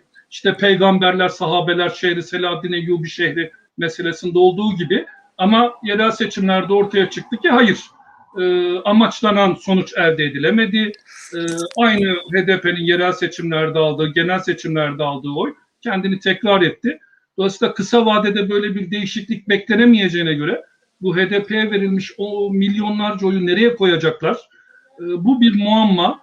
Ben de Anayasa Mahkemesi üzerinden bu krizi çözeceklerine inanıyorum ve burada toplumun önüne AK Parti'yi, MHP'yi değil de Anayasa Mahkemesi'ni bir günah keçisi olarak koyacaklarını düşünüyorum. Şu söylenecektir, işte Yargıtay Cumhuriyet Başsavcısı çok vecizane biçimde ifade etti meselenin hakikatini. Elimizden geleni yaptık dedi. Geçen hafta da Vahap Hoca'ya sormuştuk aynı soruyu.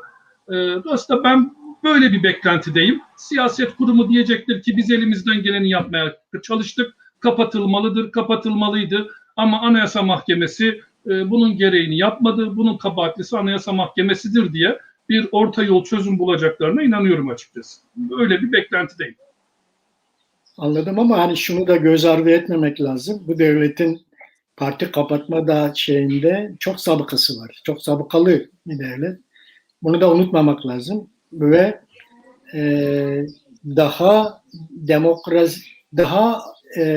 demokratik ortamlarda bile siyasi partiler kapatıldı. Ki hele bugün Cumhurbaşkanlığı hükümet sistemi denilen ve faşist darbeleri aratmayan bir yöntemle idare edilirken şu anda da bence kapatılabilir HDP bu anlamda. Niye kapatılabilir? Şu andaki kamuoyu yoklamalarına baktığımızda şu andaki iktidar kamuoyu yoklamalarına göre halk nezdinde azınlığa düşmüş durumda. Yani şu anda bir azınlık yönetimi var gibi.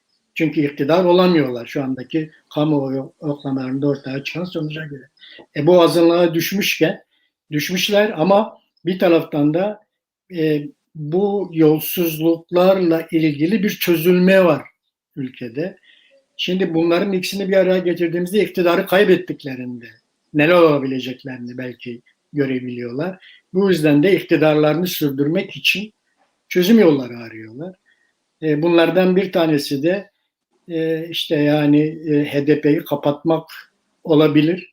Süreci biraz daha hızlandırabilirler veya ben de şeye katılıyorum Metin Hoca'ya, seçimin arifesine doğru getirmeye çalışabilirler. Çünkü o zaman daha bir defakto durum ortaya çıkabilir.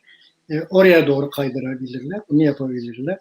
Ama hiç de böyle kapatılmayacağını düşünmek bence şey değil diyorum Metin Hocam.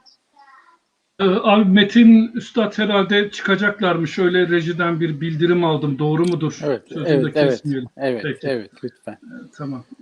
Evet. O zaman ben kendi adıma teşekkür edeyim. Sizinle şahsen de tanışma imkanı bulduğum için çok memnunum. Umarım görüşme imkanı olur. Ben de program başında arz etmiştim. Bir dönem gazete Duvar'da yazdım ama sağ olsun Ali Topuz HDP eleştirilerinden galiba pek hoşlanmadı son kertede. HDP'nin ekonomi politiği diye bir yazı yazmıştım. Ondan sonra kesildi. Bir daha mümkün olmadı. Vesaire. Çok teşekkür ederim yayınımıza katıldığınız için. Ben de teşekkür ederim. Metin Hoca ben de çok teşekkür ediyorum. Başka programlarda görüşmek üzere. Umarım zaman buldukça neden olmasın. Size de iyi yayınlar. Görüşmek üzere. Sağ olun. Teşekkür ederim. Sevgili Çarpel Medya izleyicileri, biliyorsunuz bu pandemi yasakları nedeniyle biz programımızı pazar günleri yapıyorduk. 12'de sizlere de hem hoşça vakit geçirmek hem de böyle değişik kesimlerle düşünceleri tanıştırmak istiyorduk. Ama bu pandemi yasakları bu hafta son 1 Temmuz'dan itibaren kalkıyor. Bu nedenle de biz de 2 ay Temmuz-Ağustos ayında programımızı bir tahtile sokacağız. Belki çok özel durumlarda, belli zamanlarda tekrar bir araya gelebiliriz. Bu yüzden de şimdiye kadar bizi izlediğiniz için hepinize çok teşekkür ederiz. Vedat Hocam'a bırakıyorum en son sözü. Abi Türkçe'de güzel, eski Türkçe diyelim, yeni değil de güzel bir deyim var. Çok beğenirim. Bizim kongrelerde çok kullanırız. Sunum bittikten sonra sürçülisan ettik ise affola diye. Sayenizde, başta sizin sayenizde önce Çarpel TV, sonra Çarpel Medya ekranlarında dost meclisiyle sohbet etme fırsatı, imkanı buldum. Tanışıklıklar elde ettim en başında. Dolayısıyla yani burada biraz ne diyelim kelime bulmakta zorlandığımız bir nokta, itiraf edelim. Ya bazen kuru teşekküre vicdan el vermiyor. Yani teşekkür ederim deyip çıkamayacağınız yerler vardır. Onlardan birini yaşadım. Çok çok teşekkür ederim abi. Akademik çalışmalarımı konferans salonlarının dışına çıkarıp toplumsallaştırma imkanı tanımış oldunuz. En başta şunun için de teşekkür edeyim. Hem Çarpel Medya ekibine, bütün ekibine, tüm emekçilerine, isim sayarsam şık olmayacak ama tüm ekibe teşekkür ediyorum. Tek bir kelimeme şu ana kadar müdahale edilmiş değil. Yani ricaen bile, imaen bile olsa, mesela ben bir Türkiye komünistiyim, bir gazete, isim de vereyim, Evrensel Gazetesi'ne bir yazı yazmıştım. Size arz etmiştim bunu. Yarım sayfalık bir yazıya 3 sayfalık düzeltme yazısı gelmişti. Şunu düzelt, bunu düzelt falan filan diye. İmaen bile olsa, ricaen bile olsa böyle bir şeyle karşılaşmadım. Ki toplumsal izlenim anlamında radikal, rahatsız edici tutumlarım olduğunu da biliyorum. Görüşlerimin çok da ortada, merkezde olmadığını biliyorum. Belki yayın kuruluşunu sıkıntıya sokabilecek şeyler söylediğim zamanlar olmuştur. Dolayısıyla bütün kuruluştan, şahsınızdan bu vesileyle artık ismiyle söyleyelim, Parti Azadiye Kürdistan'ın tüm yöneticilerinden, tüm üyelerine, Partiye Sosyaliste Kürdistan'ın tüm yöneticilerini, tüm üyelerini saygıyla selamlıyorum. Kürt değil iken, Kürtçe konuşmuyor iken bana bu toplumsallaşma fırsatını tanıdıkları için artık kusura bakmasınlar, sözle edebileceğiz yani. Şükranlarımı arz ediyorum. Söyleyebileceğim bu. Bu ana kadar takip eden tüm takipçilere de teşekkürlerimi arz ediyorum. Saygılarımı sunuyorum diyelim. Teşekkür ederim. Teşekkür ederim. İşte gördüğünüz gibi yani Vedat Hoca'nın vedası bu 2 aylık tahtil nedeniyle. Yok abi onu söyleyeyim. Ben sizin aracılığınızla inşallah başka çalışmalarda, mecralarda elimden gelen katkıyı sunmaya çalışayım. Ama burada zamanı tükettiğimiz anlaşılıyor.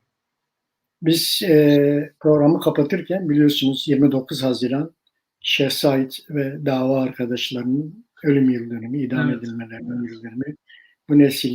Bu vesileyle Şah Said ve dava arkadaşlarını rahmetle anıyoruz. Benle Vedat Hoca rahmetler Kesinlikle. diliyoruz. Hiç Onları şüphesiz. evet, Kürt mücadelesinde. Hatta ben şunu arz edeyim abi, ben tarihsel bir vaka olarak anmaktan ziyade 2021 yılında hala vakaya rehberlik, metodolojik olarak rehberlik etmekte olduklarını da ekleyebilirim. Kişisel Evet, fikrim olarak. onları, bütün dava arkadaşlarını rahmetle anıyoruz ve herkese den başlıyoruz. 2 ay sonra görüşmek üzere. Peki.